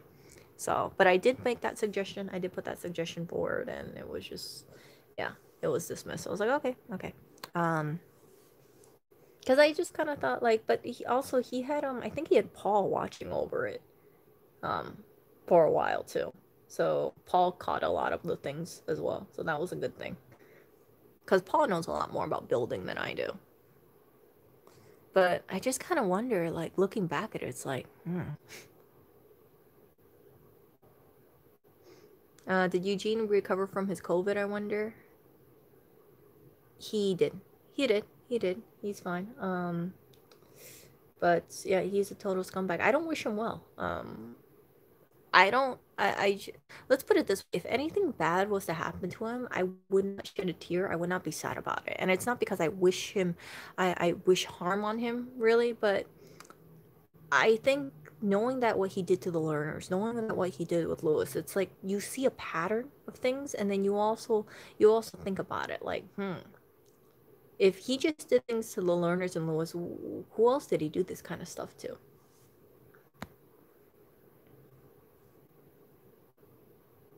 So yeah, I but Eugene was a very expensive learning experience, mark my words. And you guys, the upside is that you guys who saw the Eugene situation unfold, you guys, I know, are going to be a lot more picky about getting a contractor, because if you just follow up with a contractor says on blind faith and you trust that they're going to do the right thing, they might give you a really stupid thing. Like Eugene was saying, like we should take out the metal staircase inside of the store and then build a new one. And I'm like, what the you know, I didn't check the store at that point, but it's like, why the hell would you want to, you know why he would recommended taking out the metal staircase? Because it would be more money for him. More money. So that was just like one of those things where it's you know, he's just trying to add more money onto his project.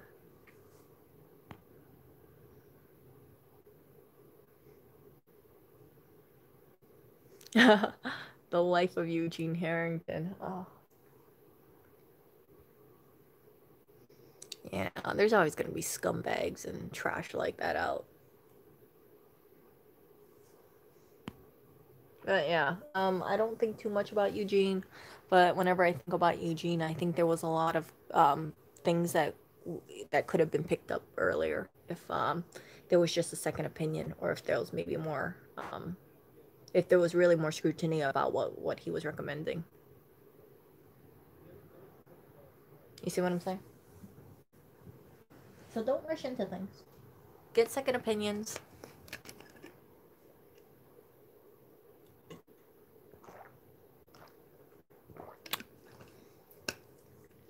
You can always tell, and this is gonna just be some general advice, but my friend circle is pretty small, and my friend circle is pretty small for a reason. You know, my personal friend circle, the people who know me and who know me for a number of years, and the reason being is that when I there are times like in my life that I go through ups and I go through downs, and as I mentioned earlier, I if I have someone in my life, I want them to tell me when I'm doing something wrong. I want them to be comfortable telling me about certain things. I don't want those people who are in my life just because my life is going well. I want the people who go through life through thick and thin.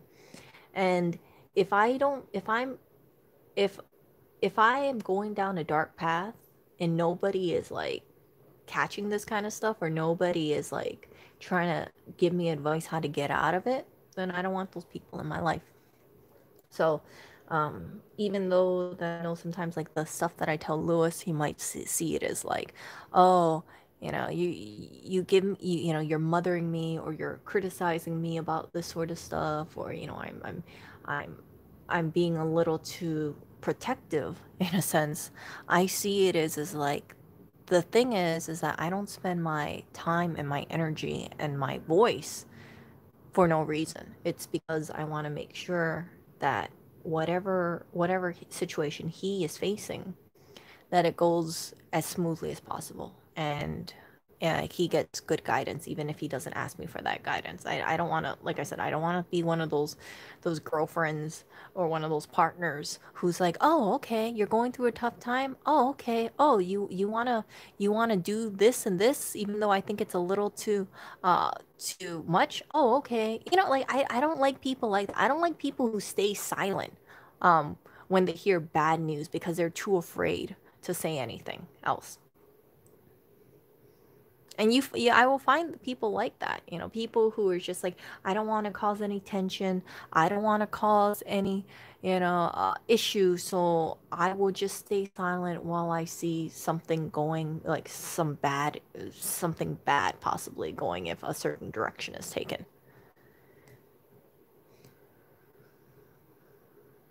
So, yeah. So I know in the future you guys will hear about him criticizing me about being mothering, and he doesn't want me listening in on conversations and things like that. But what I do is that, like, if I hear conversations, I will, if I hear it, I will, like, he hears it, but if I hear it, I will go and he had Paul over it, checking it occasionally. Yeah, he pulled Paul from his workload to do it.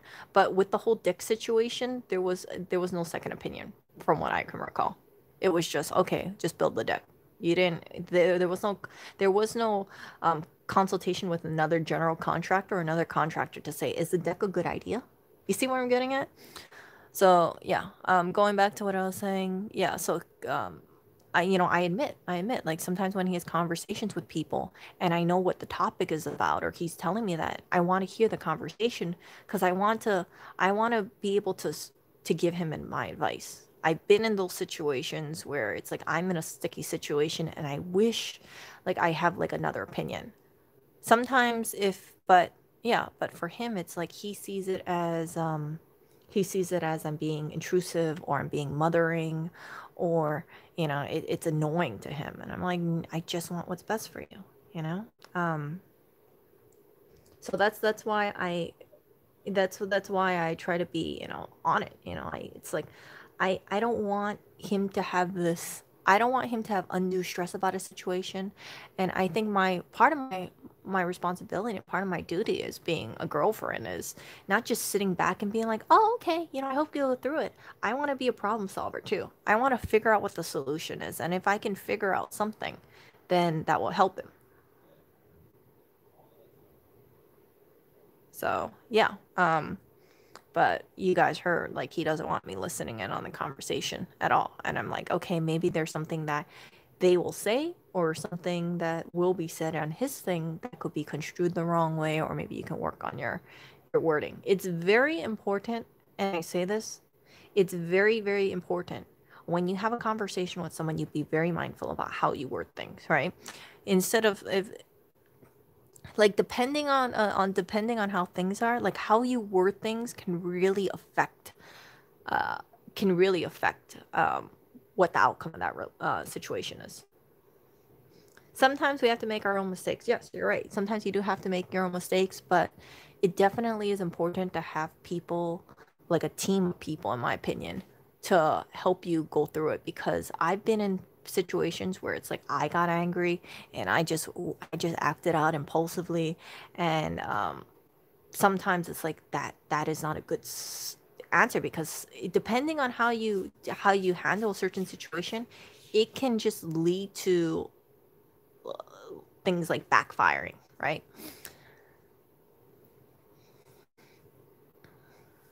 So whenever like I'm faced with something, I always try to compile all the information to try to think about all like how you can approach things. One, two, three, okay, and then one, two, three, ask people about it, and then make my own decision from there. And I feel that it's more calming, and I feel a lot more aware, because it's yeah. But for him, like I said, it's like I say certain or I try to give advice, and then sometimes it can be construed as like, yeah, you're just mothering me, or it's yeah. But I kind of wish he would see it the other way and just see it as like, hey, it's not because it's not like I'm sabotaging him. It's just that I want to make sure that he has good advice. Because if you are in a situation and you don't think things out, like from all angles, sometimes you might be you could have handled something a little better.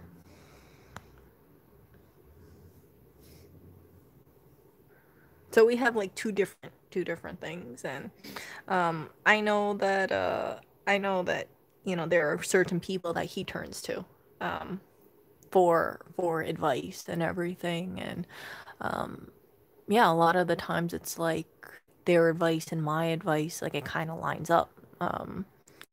But yeah, it's like I just kind of hate having that mothering label on me. I'm like, no, I'm not trying to mother you. I'm just trying to make sure that you get good counsel or you get good advice. You see what I'm saying? Oh, I hope you enjoy your film. So, yeah. Personally, I think privacy is important, but it kind of stings like knowing that it's like, no, I don't want you listening in on this kind of stuff. I'm like, well, what am I gonna do? Right? What am I gonna do? I'm just gonna give you my advice. This is ultimately your life, but yeah, it's like I just want to make sure that things are handled well. Yeah.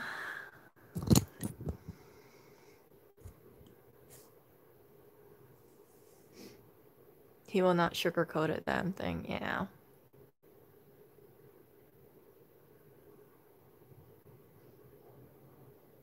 Yeah. But yeah, there was like after certain things, it's like I thought to myself, I said, oh, maybe I should just kind of stay quiet about certain things. But I've kind of like come to this realization that I shouldn't stay quiet because if I, like I said, if I see smoke or if I see signs, then I feel like I should tell him about it. Um, but yeah, so I still continue to say certain things when I am made privy to it. And I think I get pretty damn good advice. I'm not just saying that because I want to pat my own back, but um, it's like I like being able to see things from all angles, and I like to kind of think like, okay, so this could have happened because of this, or maybe this was the reason for this. You see? Oh yeah, by Apple. Ah. Yeah, I think Apple stock will go up. I just don't know in what if it's gonna drop a little in January, February. I kind of think January, February it might drop a little. So I don't want to be like, oh yeah, buy Apple when it's at an all-time high. I would say wait for a little bit of a re-entry point. It depends, mannequin. So sometimes if you give enough, too much warning signals, right, then you're gonna be seen as like extreme mothering, right? And I don't, I, it's like, and then it also can turn into nagging. But it stresses me out. Like if if he is stressed out about something and there's no solution about it, then it will continue to stress him out. And then because he's stressed out, it will stress me out. You see what I'm saying? Like, because it's like I would kind of like pick up on that energy. So I want to make sure that there's a solution so he's not stressed out. And yeah.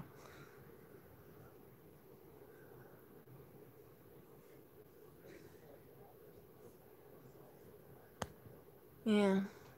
But yeah.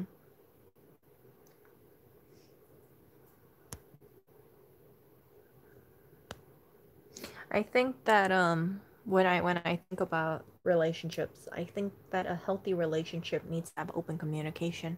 And if there is no open communication or if there's like an apprehension to tell another person in the relationship like what's going on, it's a little it's a little unsettling. Let's put it that way. Or maybe it's just because I'm an open book. I'm that kind of person. Like if I have something on my mind, I'll tell the person that I'm with. Like, okay, this is a situation that's going on with this person, and yeah, it's stressing me out. I don't really know what to do. Do you have any advice? Or this is how I think I should handle it. Um, yeah.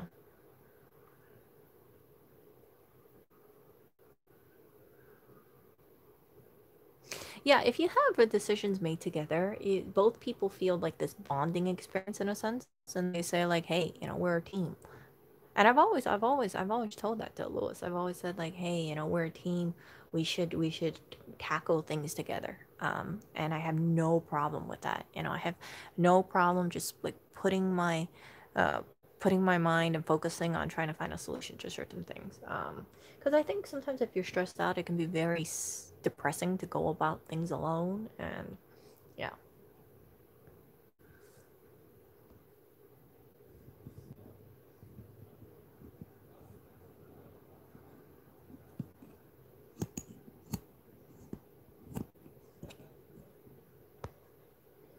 yeah. And I consider myself a pretty good um, I consider myself a pretty good indicator of I can pick up on things pretty freaking well. Or if I have like a feeling about certain things, I will say it. Um, so if like if I had a conversation with someone, for instance, right, and they're telling me something, but I'm kind of swayed by how would I say this, for example? So for example, remember Texter? Texture, the guy who reaches out to me every so often, just to basically tell me how wonderful his life is. Yeah, he reached out to me recently, and I think he reached out to me a few days ago. I think I might have told you guys this. And he basically told me, again, how wonderful his life is, how happy his life is. And I'm like, dude, you're reaching out to me just to tell me how freaking wonderful your life is? Like, are you for real again? Like he never really asks me like, "Oh, so what have you been doing in New York?" or "How have you been?" or, like, what are you up to? Like I'll ask him about like his work or what he does now, and then he doesn't really want to talk to me about it and things like that. So I spoke to a few people who know him, and they're like, "Yeah, Erica, I think he's just using you to make himself feel better. I don't think his life is really that great. He's just trying to reach out to you to tell you how wonderful he is because it makes him feel better." You see? And yeah, I looked at it that way and I was like, yeah, you know what? I think you're right. I think that's why he reaches out to me. He's like, "How are you, Erica?" And I'm like, "Oh, I'm doing good." And he'd be like, "Oh, like, how do you feel right now?" And I'd be like, I'm okay." And he'd be like, "Are you happy? Are you happy with your life overall?" And I'm like, "Yeah, sometimes I am, sometimes I'm not." This is how life is, right? Like, you guys know I've been kind of stressed out about the whole situation. What? Hello. Hey. You wanna? I'll talk to you in 2 minutes, okay? No, it's fine. I'll get I'll the talk to you stream. later. Huh? I have to You have to take what? take a shower. Okay, okay. Also, Blackberry was sitting on your computer. She just ran over here. No, okay. Yeah. Did Yeah. you see Blackberry was doing this? You wanna talk after you take a shower? Okay. Okay. Let me know when you're out of the shower. Um, but yeah, so like, it's like things like that. Like I wouldn't have picked up on it had I not shared it with another person, and then it started making sense to me. Yeah, so I haven't been like very happy because it's like I've been worried about like the eviction moratorium. I've been worried about like people's financials. A lot of people have been losing their jobs, so I can't say that I'm happy because it's like I go out on the street and I get asked for money, and it kind of worries me. It bothers me in that thing. So when he was when I told him this, right? He told me that he told me, "Erica, you need to choose to be happy." And he basically said, "I choose to be happy. I have a awesome wife, and I have an amazing, all this amazing pet, and blah blah blah blah, and I go to sleep at night knowing that I do my best because I choose to be happy." So, and then that's what he told me, and I was like, "Okay." So he doesn't follow up with me about what I've been doing. He doesn't know anything about what I've been doing in New York, but rather he just kind of flips it on me, and he just tells me again how awesome his life is. "You need to choose to be happy, Erica," and that's it. So, yeah, uh, that's why it's like I see a pattern, and I've mentioned it to you guys, and when I brought it up to people who do know him or people who's heard about him, they tell me the same thing. And if I did not get that guidance, if I did not get that advice, I don't know if I would have picked it up so quickly. So yeah, it's just it's tough, It's like and I know people would say, "Erica, don't put the burden of the masses on your shoulders." But this is a world that I live in. This is when I walk outside of this apartment, I see this kind of stuff, and it's sobering. It's really sobering. It's like I worry because like even if look, you could say, "Erica, you should be happy. You should be happy because your stock portfolio went up. You should be, you know, I'm like, I'm not, because it's like I don't live with my stock portfolio. I live in a world where people are suffering, and it's like I don't know what the solution is. It's like, yeah, and I realize like even just giving people food could help them out temporarily, but when it comes down to something like losing your home, like that's just heartbreaking. That's freaking heartbreaking. And if people get evicted, like, well, where are they gonna stay? New York doesn't have enough shelters to house these people. So,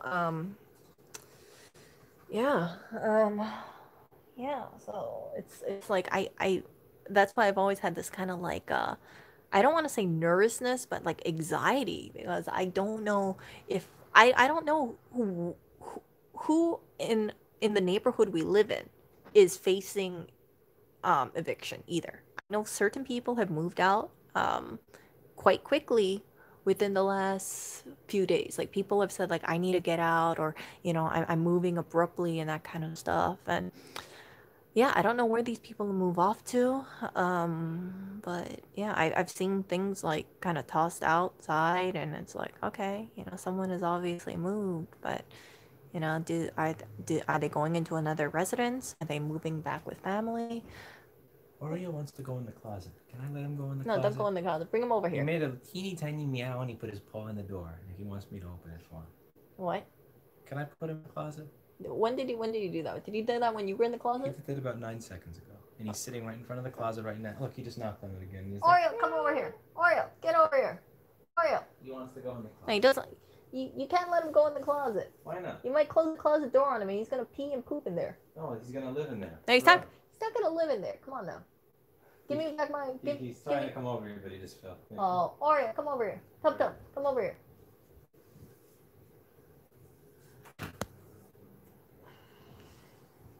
I don't feel privileged. I feel blessed. Um, I feel very fortunate. I was talking to I was talking to a few people, and they told me, they said that they feel lucky that they are close to retirement age because Medicare, was it Medicare? Yeah, Medicare is kicking in soon, because so they're gonna have their Social Security checks to tie them by. But um the people, so I don't have to worry about my family members at all. My family members are fine. But the people who are like not of that age and they lost their jobs, it's freaking depressing.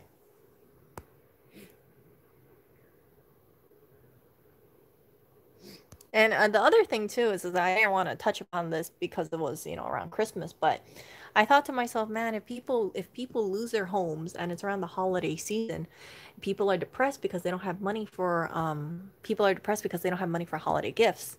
What happens, right? Then people might want to take a permanent solution.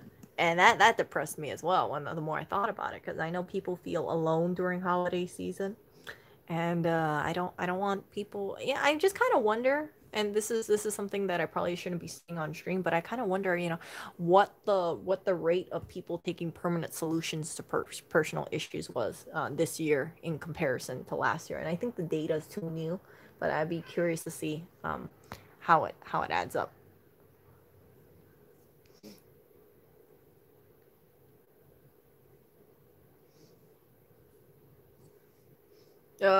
U.S. healthcare system, freaking ridiculous.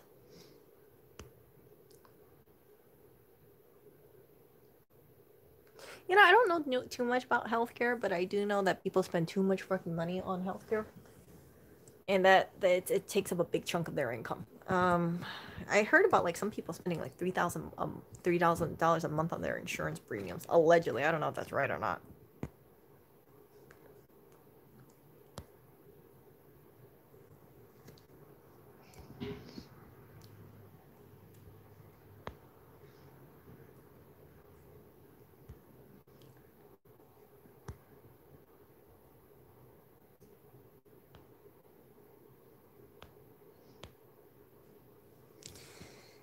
Yeah. So, and then a few days ago, actually not a few days ago, this was freaking yesterday. Yesterday, what am I talking about? A few days ago. Yesterday, I I reached out to someone that I knew, and I said them very kindly. I told them, I said, hey, I think you should get your hair cut. You look like crap. So this person is very good looking, but they got this like they got basically they look unkempt because their hair looks like a total mess. And when I mean a total mess is that they got the curly hair going on, but it looks like a it just looks like, how do I say it? It's not styled. It's not styled. It just looks kind of like a homeless bum kind of mess. And when I saw their pictures, I looked at their eyes and I said, man, they look like they're freaking depressed. So I told them, I said, hey, I think you should get your hair cut because your hair is growing really long and this person's a male. And they told me that they said they don't want to cut their hair because they want to stay ugly and unattractive. And instantly, I reached out to them and I was like, what do you mean ugly and unattractive? Like, why do you want to be ugly and unattractive? And their reasoning is that because they have, I guess they don't want to be in a relationship, so they want to make sure that they stay ugly. And yeah. I had this mindset. I'm thinking like, frick, you know, they're probably going through crap in their life, or maybe some relationship didn't work out that I'm unaware of. And instead of you guys know I've been talking about this. Like, instead of like, if you're in a bad relationship, grow from it and say, Oreo, come on here. Oreo, what are you doing, you big crybaby? Come here. Oh, Oreo wants FOOD. Oreo, how come nobody else is asking for food? How come just you? What are you? Are you a food alarm? No. Come here. You gotta cuddle. Cuddles are 0 calories. Okay, so let's see, what time is it?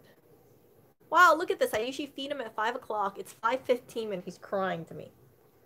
Thank you, alarm clock. I know. Look at this. Oreo's like, you didn't feed me for the last 15 minutes. You owe me food.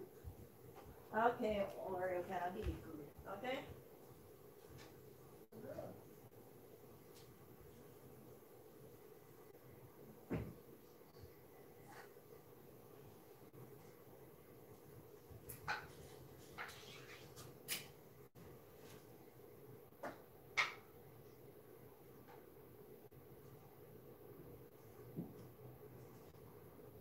Okay, that cat is getting fed right now. He got fed. That crybaby. He's such a crybaby. He really is.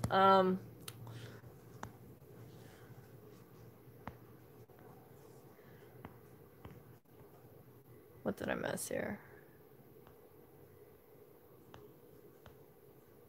Oh yeah, there's a whole lot of masks. I see freaking people just dump the mask on the ground or dump the gloves on the ground. Sucks.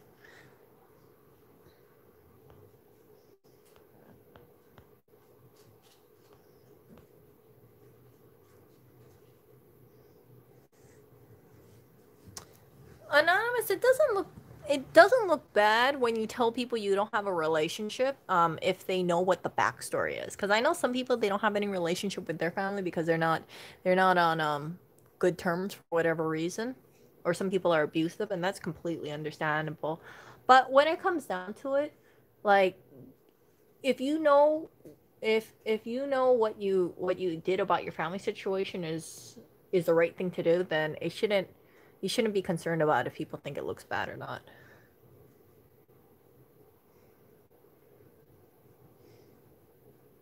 Wow. 5 liters of ice. Wow. Geez, that's a lot of alcohol. Holy crap.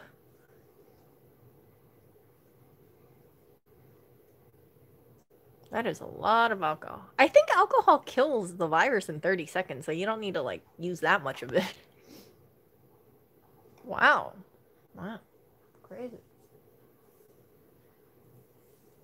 That's a lot of stuff. But yeah, going back to what I was saying, yeah, I don't agree when people like freaking punish themselves about a bad freaking relationship, or they're like, I just want to look unattractive and ugly so I don't end up in another relationship. I'm like, frick, that doesn't help out your mental well-being. That doesn't help out your self-esteem. And like I said, this person is attractive. Like if I had like terrible freaking hair, like if my hair looked ratty and knotted and stuff, like I would not look good at all. But it's like I think to myself, like, that person probably looks in the mirror and they think they look like crap and they feel like crap. So then when they take a picture, they look like crap, and their eyes signify that they feel like crap. And it's just not good, it doesn't do them any service. Like, if you're in a bad relationship, my stance is that you want to definitely, like, after you leave that relationship or you leave that person, you want to make sure that you're better, because I don't think a person who's in a bad relationship should take all the value from you and then leave you with nothing, or you feel like you want to look like crap, right? Because you gave all your good looks or something to that one person. So if you get out of a bad relationship and you feel like you were good looking back then and then it didn't work out, so you want to punish yourself of sorts until looking bad so you don't attract another person, that is not good. So you should actually have a more you should actually like psych yourself up more to even look better than when you were in a relationship with them, because yeah, you can get a higher quality person instead. Yeah, so it just saddened me when I read that thing. They didn't want to cut their hair because they wanted to be unattractive. It was very depressing. So yeah, I gotta like follow up with them and feel like I gotta follow up with them and figure out like, oh, what's going on with them, or what happened in their freaking last relationship that I wasn't made aware of. I don't really follow too much about my friends' relationships too much. Like I'm not too privy to it. I don't ask like oh okay, but I think if someone is obviously hurting like this, then yeah, I should definitely follow up with them and ask them, hey, why is your mindset like this, or why do you have such this toxic mindset about how wanting to look unattractive purposely so nobody wants to date you. And the dangerous thing too is that if you put yourself in this thing where you want to purposely look unattractive to not attract someone, I think sometimes people will get into that rut, and then it's going to be hard to want to look unattractive because you get so used to want to looking unattractive. You see what I'm saying? Like it's like if I wanted to look unattractive, right? What could I do? I could not take a shower, not brush my teeth, not wear deodorant, start eating a lot so I gain lots and lots and lots of weight. Don't put any skincare stuff. Eat a lot of greasy food so I break out. Um, yeah, eat foods that I know break me out, like MSG breaks me out, and then I'll look so unattractive, and nobody would want to date me if I was single. And yeah, it's like if I put myself in like that person's shoes, like what would that do? That wouldn't do anything. Yeah, that wouldn't do anything except make me feel like crap, and I would look in the mirror and I look like crap. And I would imagine that doing that for a prolonged period of time, they've been doing this obviously for quite some time. It it just leads to depression. It leads to like to that whole cycle, right? You look in the mirror, you feel like crap, you don't do anything, so you continue looking like crap, and yeah. Making yourself sick is another thing. I think that they're purposely making themselves look unattractive, and it's not like they get. I mean, like based on what they were telling me, it doesn't sound like they they're doing this because they're in a good mindset. They're in a bad mindset, and yeah. I gotta figure out what's going on with their relationship. I hope they weren't dating some psycho chick who just like basically got into fights with them, and then they're like, I don't want to ever be in another relationship because relationships are so tough, and then they're like, yeah, I'm gonna just look unattractive so nobody's interested. Yeah, I think it's really depression. It's some sort of form of depression. Yeah. So, yeah. I wish I could like go up to them and shake them and be like, come on, you need to get yourself together. This person is not worth your headspace. But I can't do that. They're in Hawaii and I'm obviously in New York, so I can't just like, get out of that headspace. Come on, get a person who's way more attractive. Yeah. I've touched on that with you guys in the past about what was it? About guys who took care of themselves, this, and then they met a woman who absolutely destroyed them, and then they became insecure, they dealt with depression, and then they let them one person I know, I call him Tony. He let himself go to the point that he's gained, like in my opinion, like double the weight he was previously. So he's probably like around 250 pounds, 250, no, probably more than 250 pounds, like 280 pounds, and they're like 5'8" or so. And yeah, they just ballooned up, and yeah, yeah, and they're still with the same psycho chick. And I can imagine that they've been eating a lot because they're depressed, because psycho chick is making them depressed. And I don't know how psycho chick looks like, but I would venture to say she probably didn't gain that much weight, and he probably thinks to himself that she can get someone hotter than him, and she can definitely get someone hotter than him she can definitely get someone hotter than him because she gained less weight than he did. So he is entrapped in this mindset where he's in a relationship with someone who's hotter than him, and now he definitely looks like crap, so she is really the best he can get for the foreseeable future, and he's not wrong about that. And yeah, but he dug his own thing like that.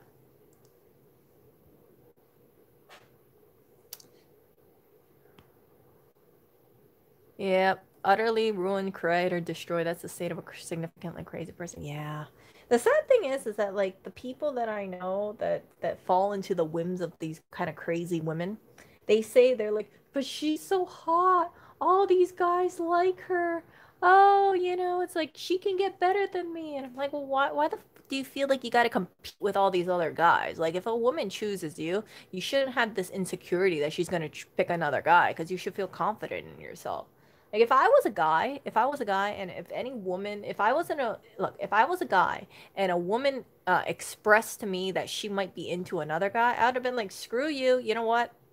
Enjoy the other guy. I'm not gonna be in some freaking sausage fight of sorts. I'm not gonna compete with another guy because if you are interested in another guy and you can't see how great I am, then that's on you, and you need to get your eyes checked. So, yeah, that's what I would do if I was a guy. I don't know if I would word it like that to a chick, but I would say, I'm really sorry to hear that you can't tell that you can't figure out which guy to go after, and I've expressed that I'm interested in you, and if you think that I'm gonna uh, stay around while you're trying to figure out which guy then you're interested in, then I don't want to be with you.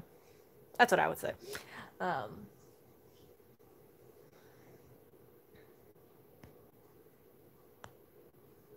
who's Boogie?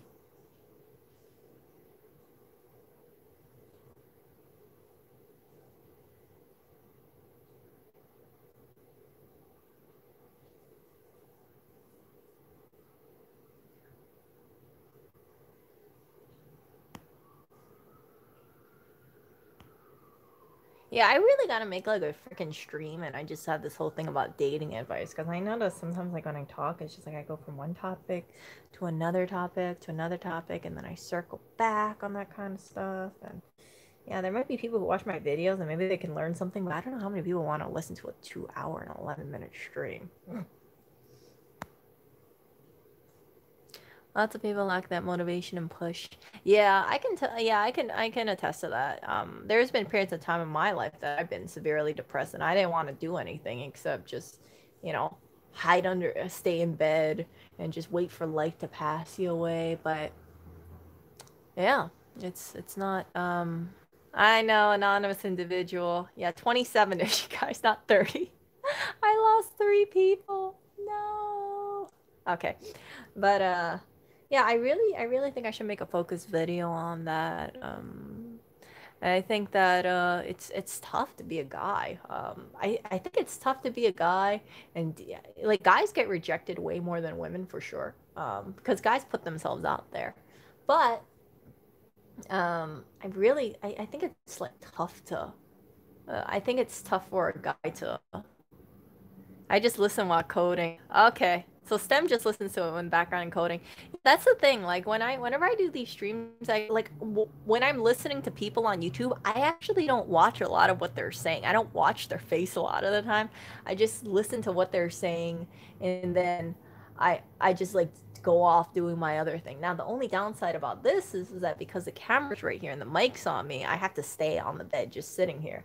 But you guys can like clean the house. You guys can, feed your animal, feed your pet, do laundry, cook dinner, that kind of stuff. While I'm just like drinking water, drinking vitamin water, stuck over here.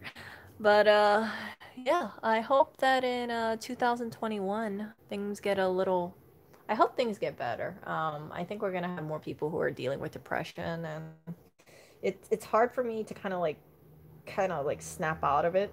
Um, Not for personal depression, but because it's like I'm like, frick, so many people are freaking depressed and there's so much freaking worries, and I hear about all this stuff that it kind of rubs off on me. And I just think like 2019, gosh, that was a time people could go out carefree, not wear a mask, not have to deal with this thing, have to really think about uh, little air droplets, water droplets, disinfecting things left and right. Social distance, But yeah. Okay, looks like the influencer is out of the Do you shower. have a towel that's not hairy? We have two towels over there. Yeah, they're hairy. Hold on. He has a thing against cat hair, yet he lives with three cats.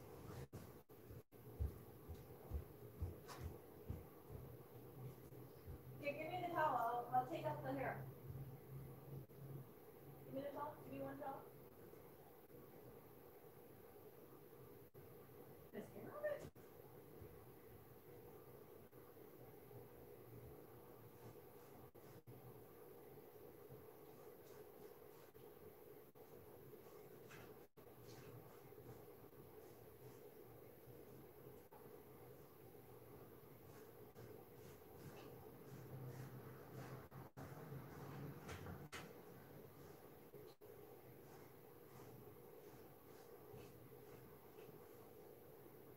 Here. It's okay. What?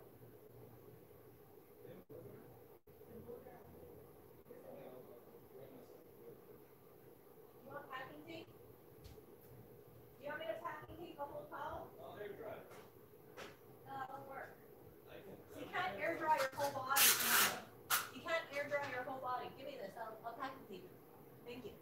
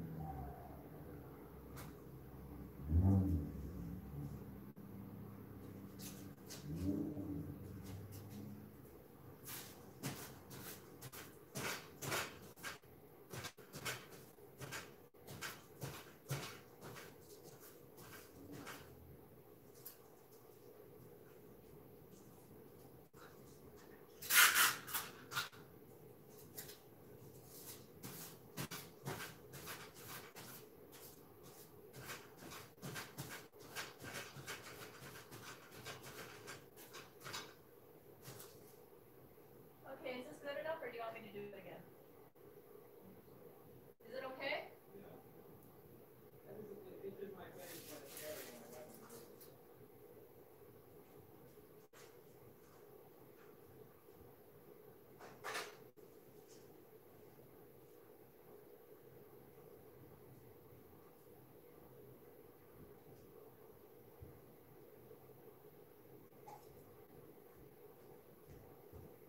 Okay, you guys. I'm back. Oh.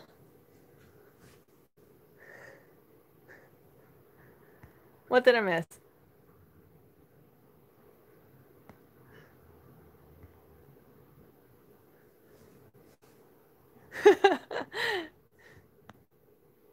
What did I miss?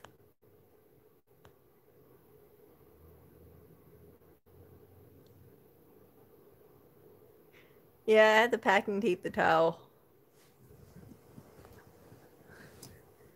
Yeah. It's like a really tough situation, you guys, because it's like I do the laundry and then you guys know like if you have cats or if you have three cats, the cats will the cat hair like floats around. So even though I have the towels like sitting around in the bathroom, like cat hair congregates in that bathroom. And eventually like the cat hair just kind of like forms a layer of sorts and then, he doesn't like having cat hair on his towel or cat hair like when I'm cooking like cuz cat hair is floating in the air, right? It's like they'll land on a dish or something and I'm like, "Oh, for frick's sake." Oh my gosh. Oh, he's got more packing tape. I guess I didn't do that. I guess I need more packing tape. We go through packing tape like crazy here. Well, so yeah. Yeah. Oh, just high standards. I don't mind it. I got used to all the cat hair. There's no way of fighting the cat hair. Like the cats sleep on the bed, cats on the couch, cats. Cats shed a lot of fur. It's just yeah, a lot of cat fur. It's like a sprinkling of cat hair. Like it just floats around this apartment, and there's no way of getting around it. So yeah, we have two brooms in this apartment, and I'm sweeping, and I still catch a lot of cat fur. So it's just cat fur. So yeah. Anyway, he's out of the shower, so I will talk to you guys later. I need to get. Yeah, that's what I said. You can't really do much about cat fur. It's like right in front of me. Like if I stick my hand out like this, I'm sure there's cat fur that's gonna accumulate if I just put a bowl over here, right? Yeah, really not much you can do about it. So yeah, that's why I need to really get that dryer working again, and then I can dry out. I was thinking about spitting out the fur, and then seeing how that works. That would work really good. But yeah, 2021 definitely have to do that. So I'll talk to you guys later. I'm gonna ask him about what happened in that phone conversation. Hopefully, I'm not construed as a mothering. But yeah, I gotta I want to figure out what happened or what was being said, just cause I want to know. Uh, get a hairless cat. Oreo's not gonna be hairless. No, like, that guy has so much fur, and I had to pull the sheets yesterday actually because he used the bed sheets as his toilet paper. Yeah. So talk to you guys later. You guys take care. Stay safe. Stay warm. And see ya. Oh yeah, I did get the belt for the dryer. I just need to install it.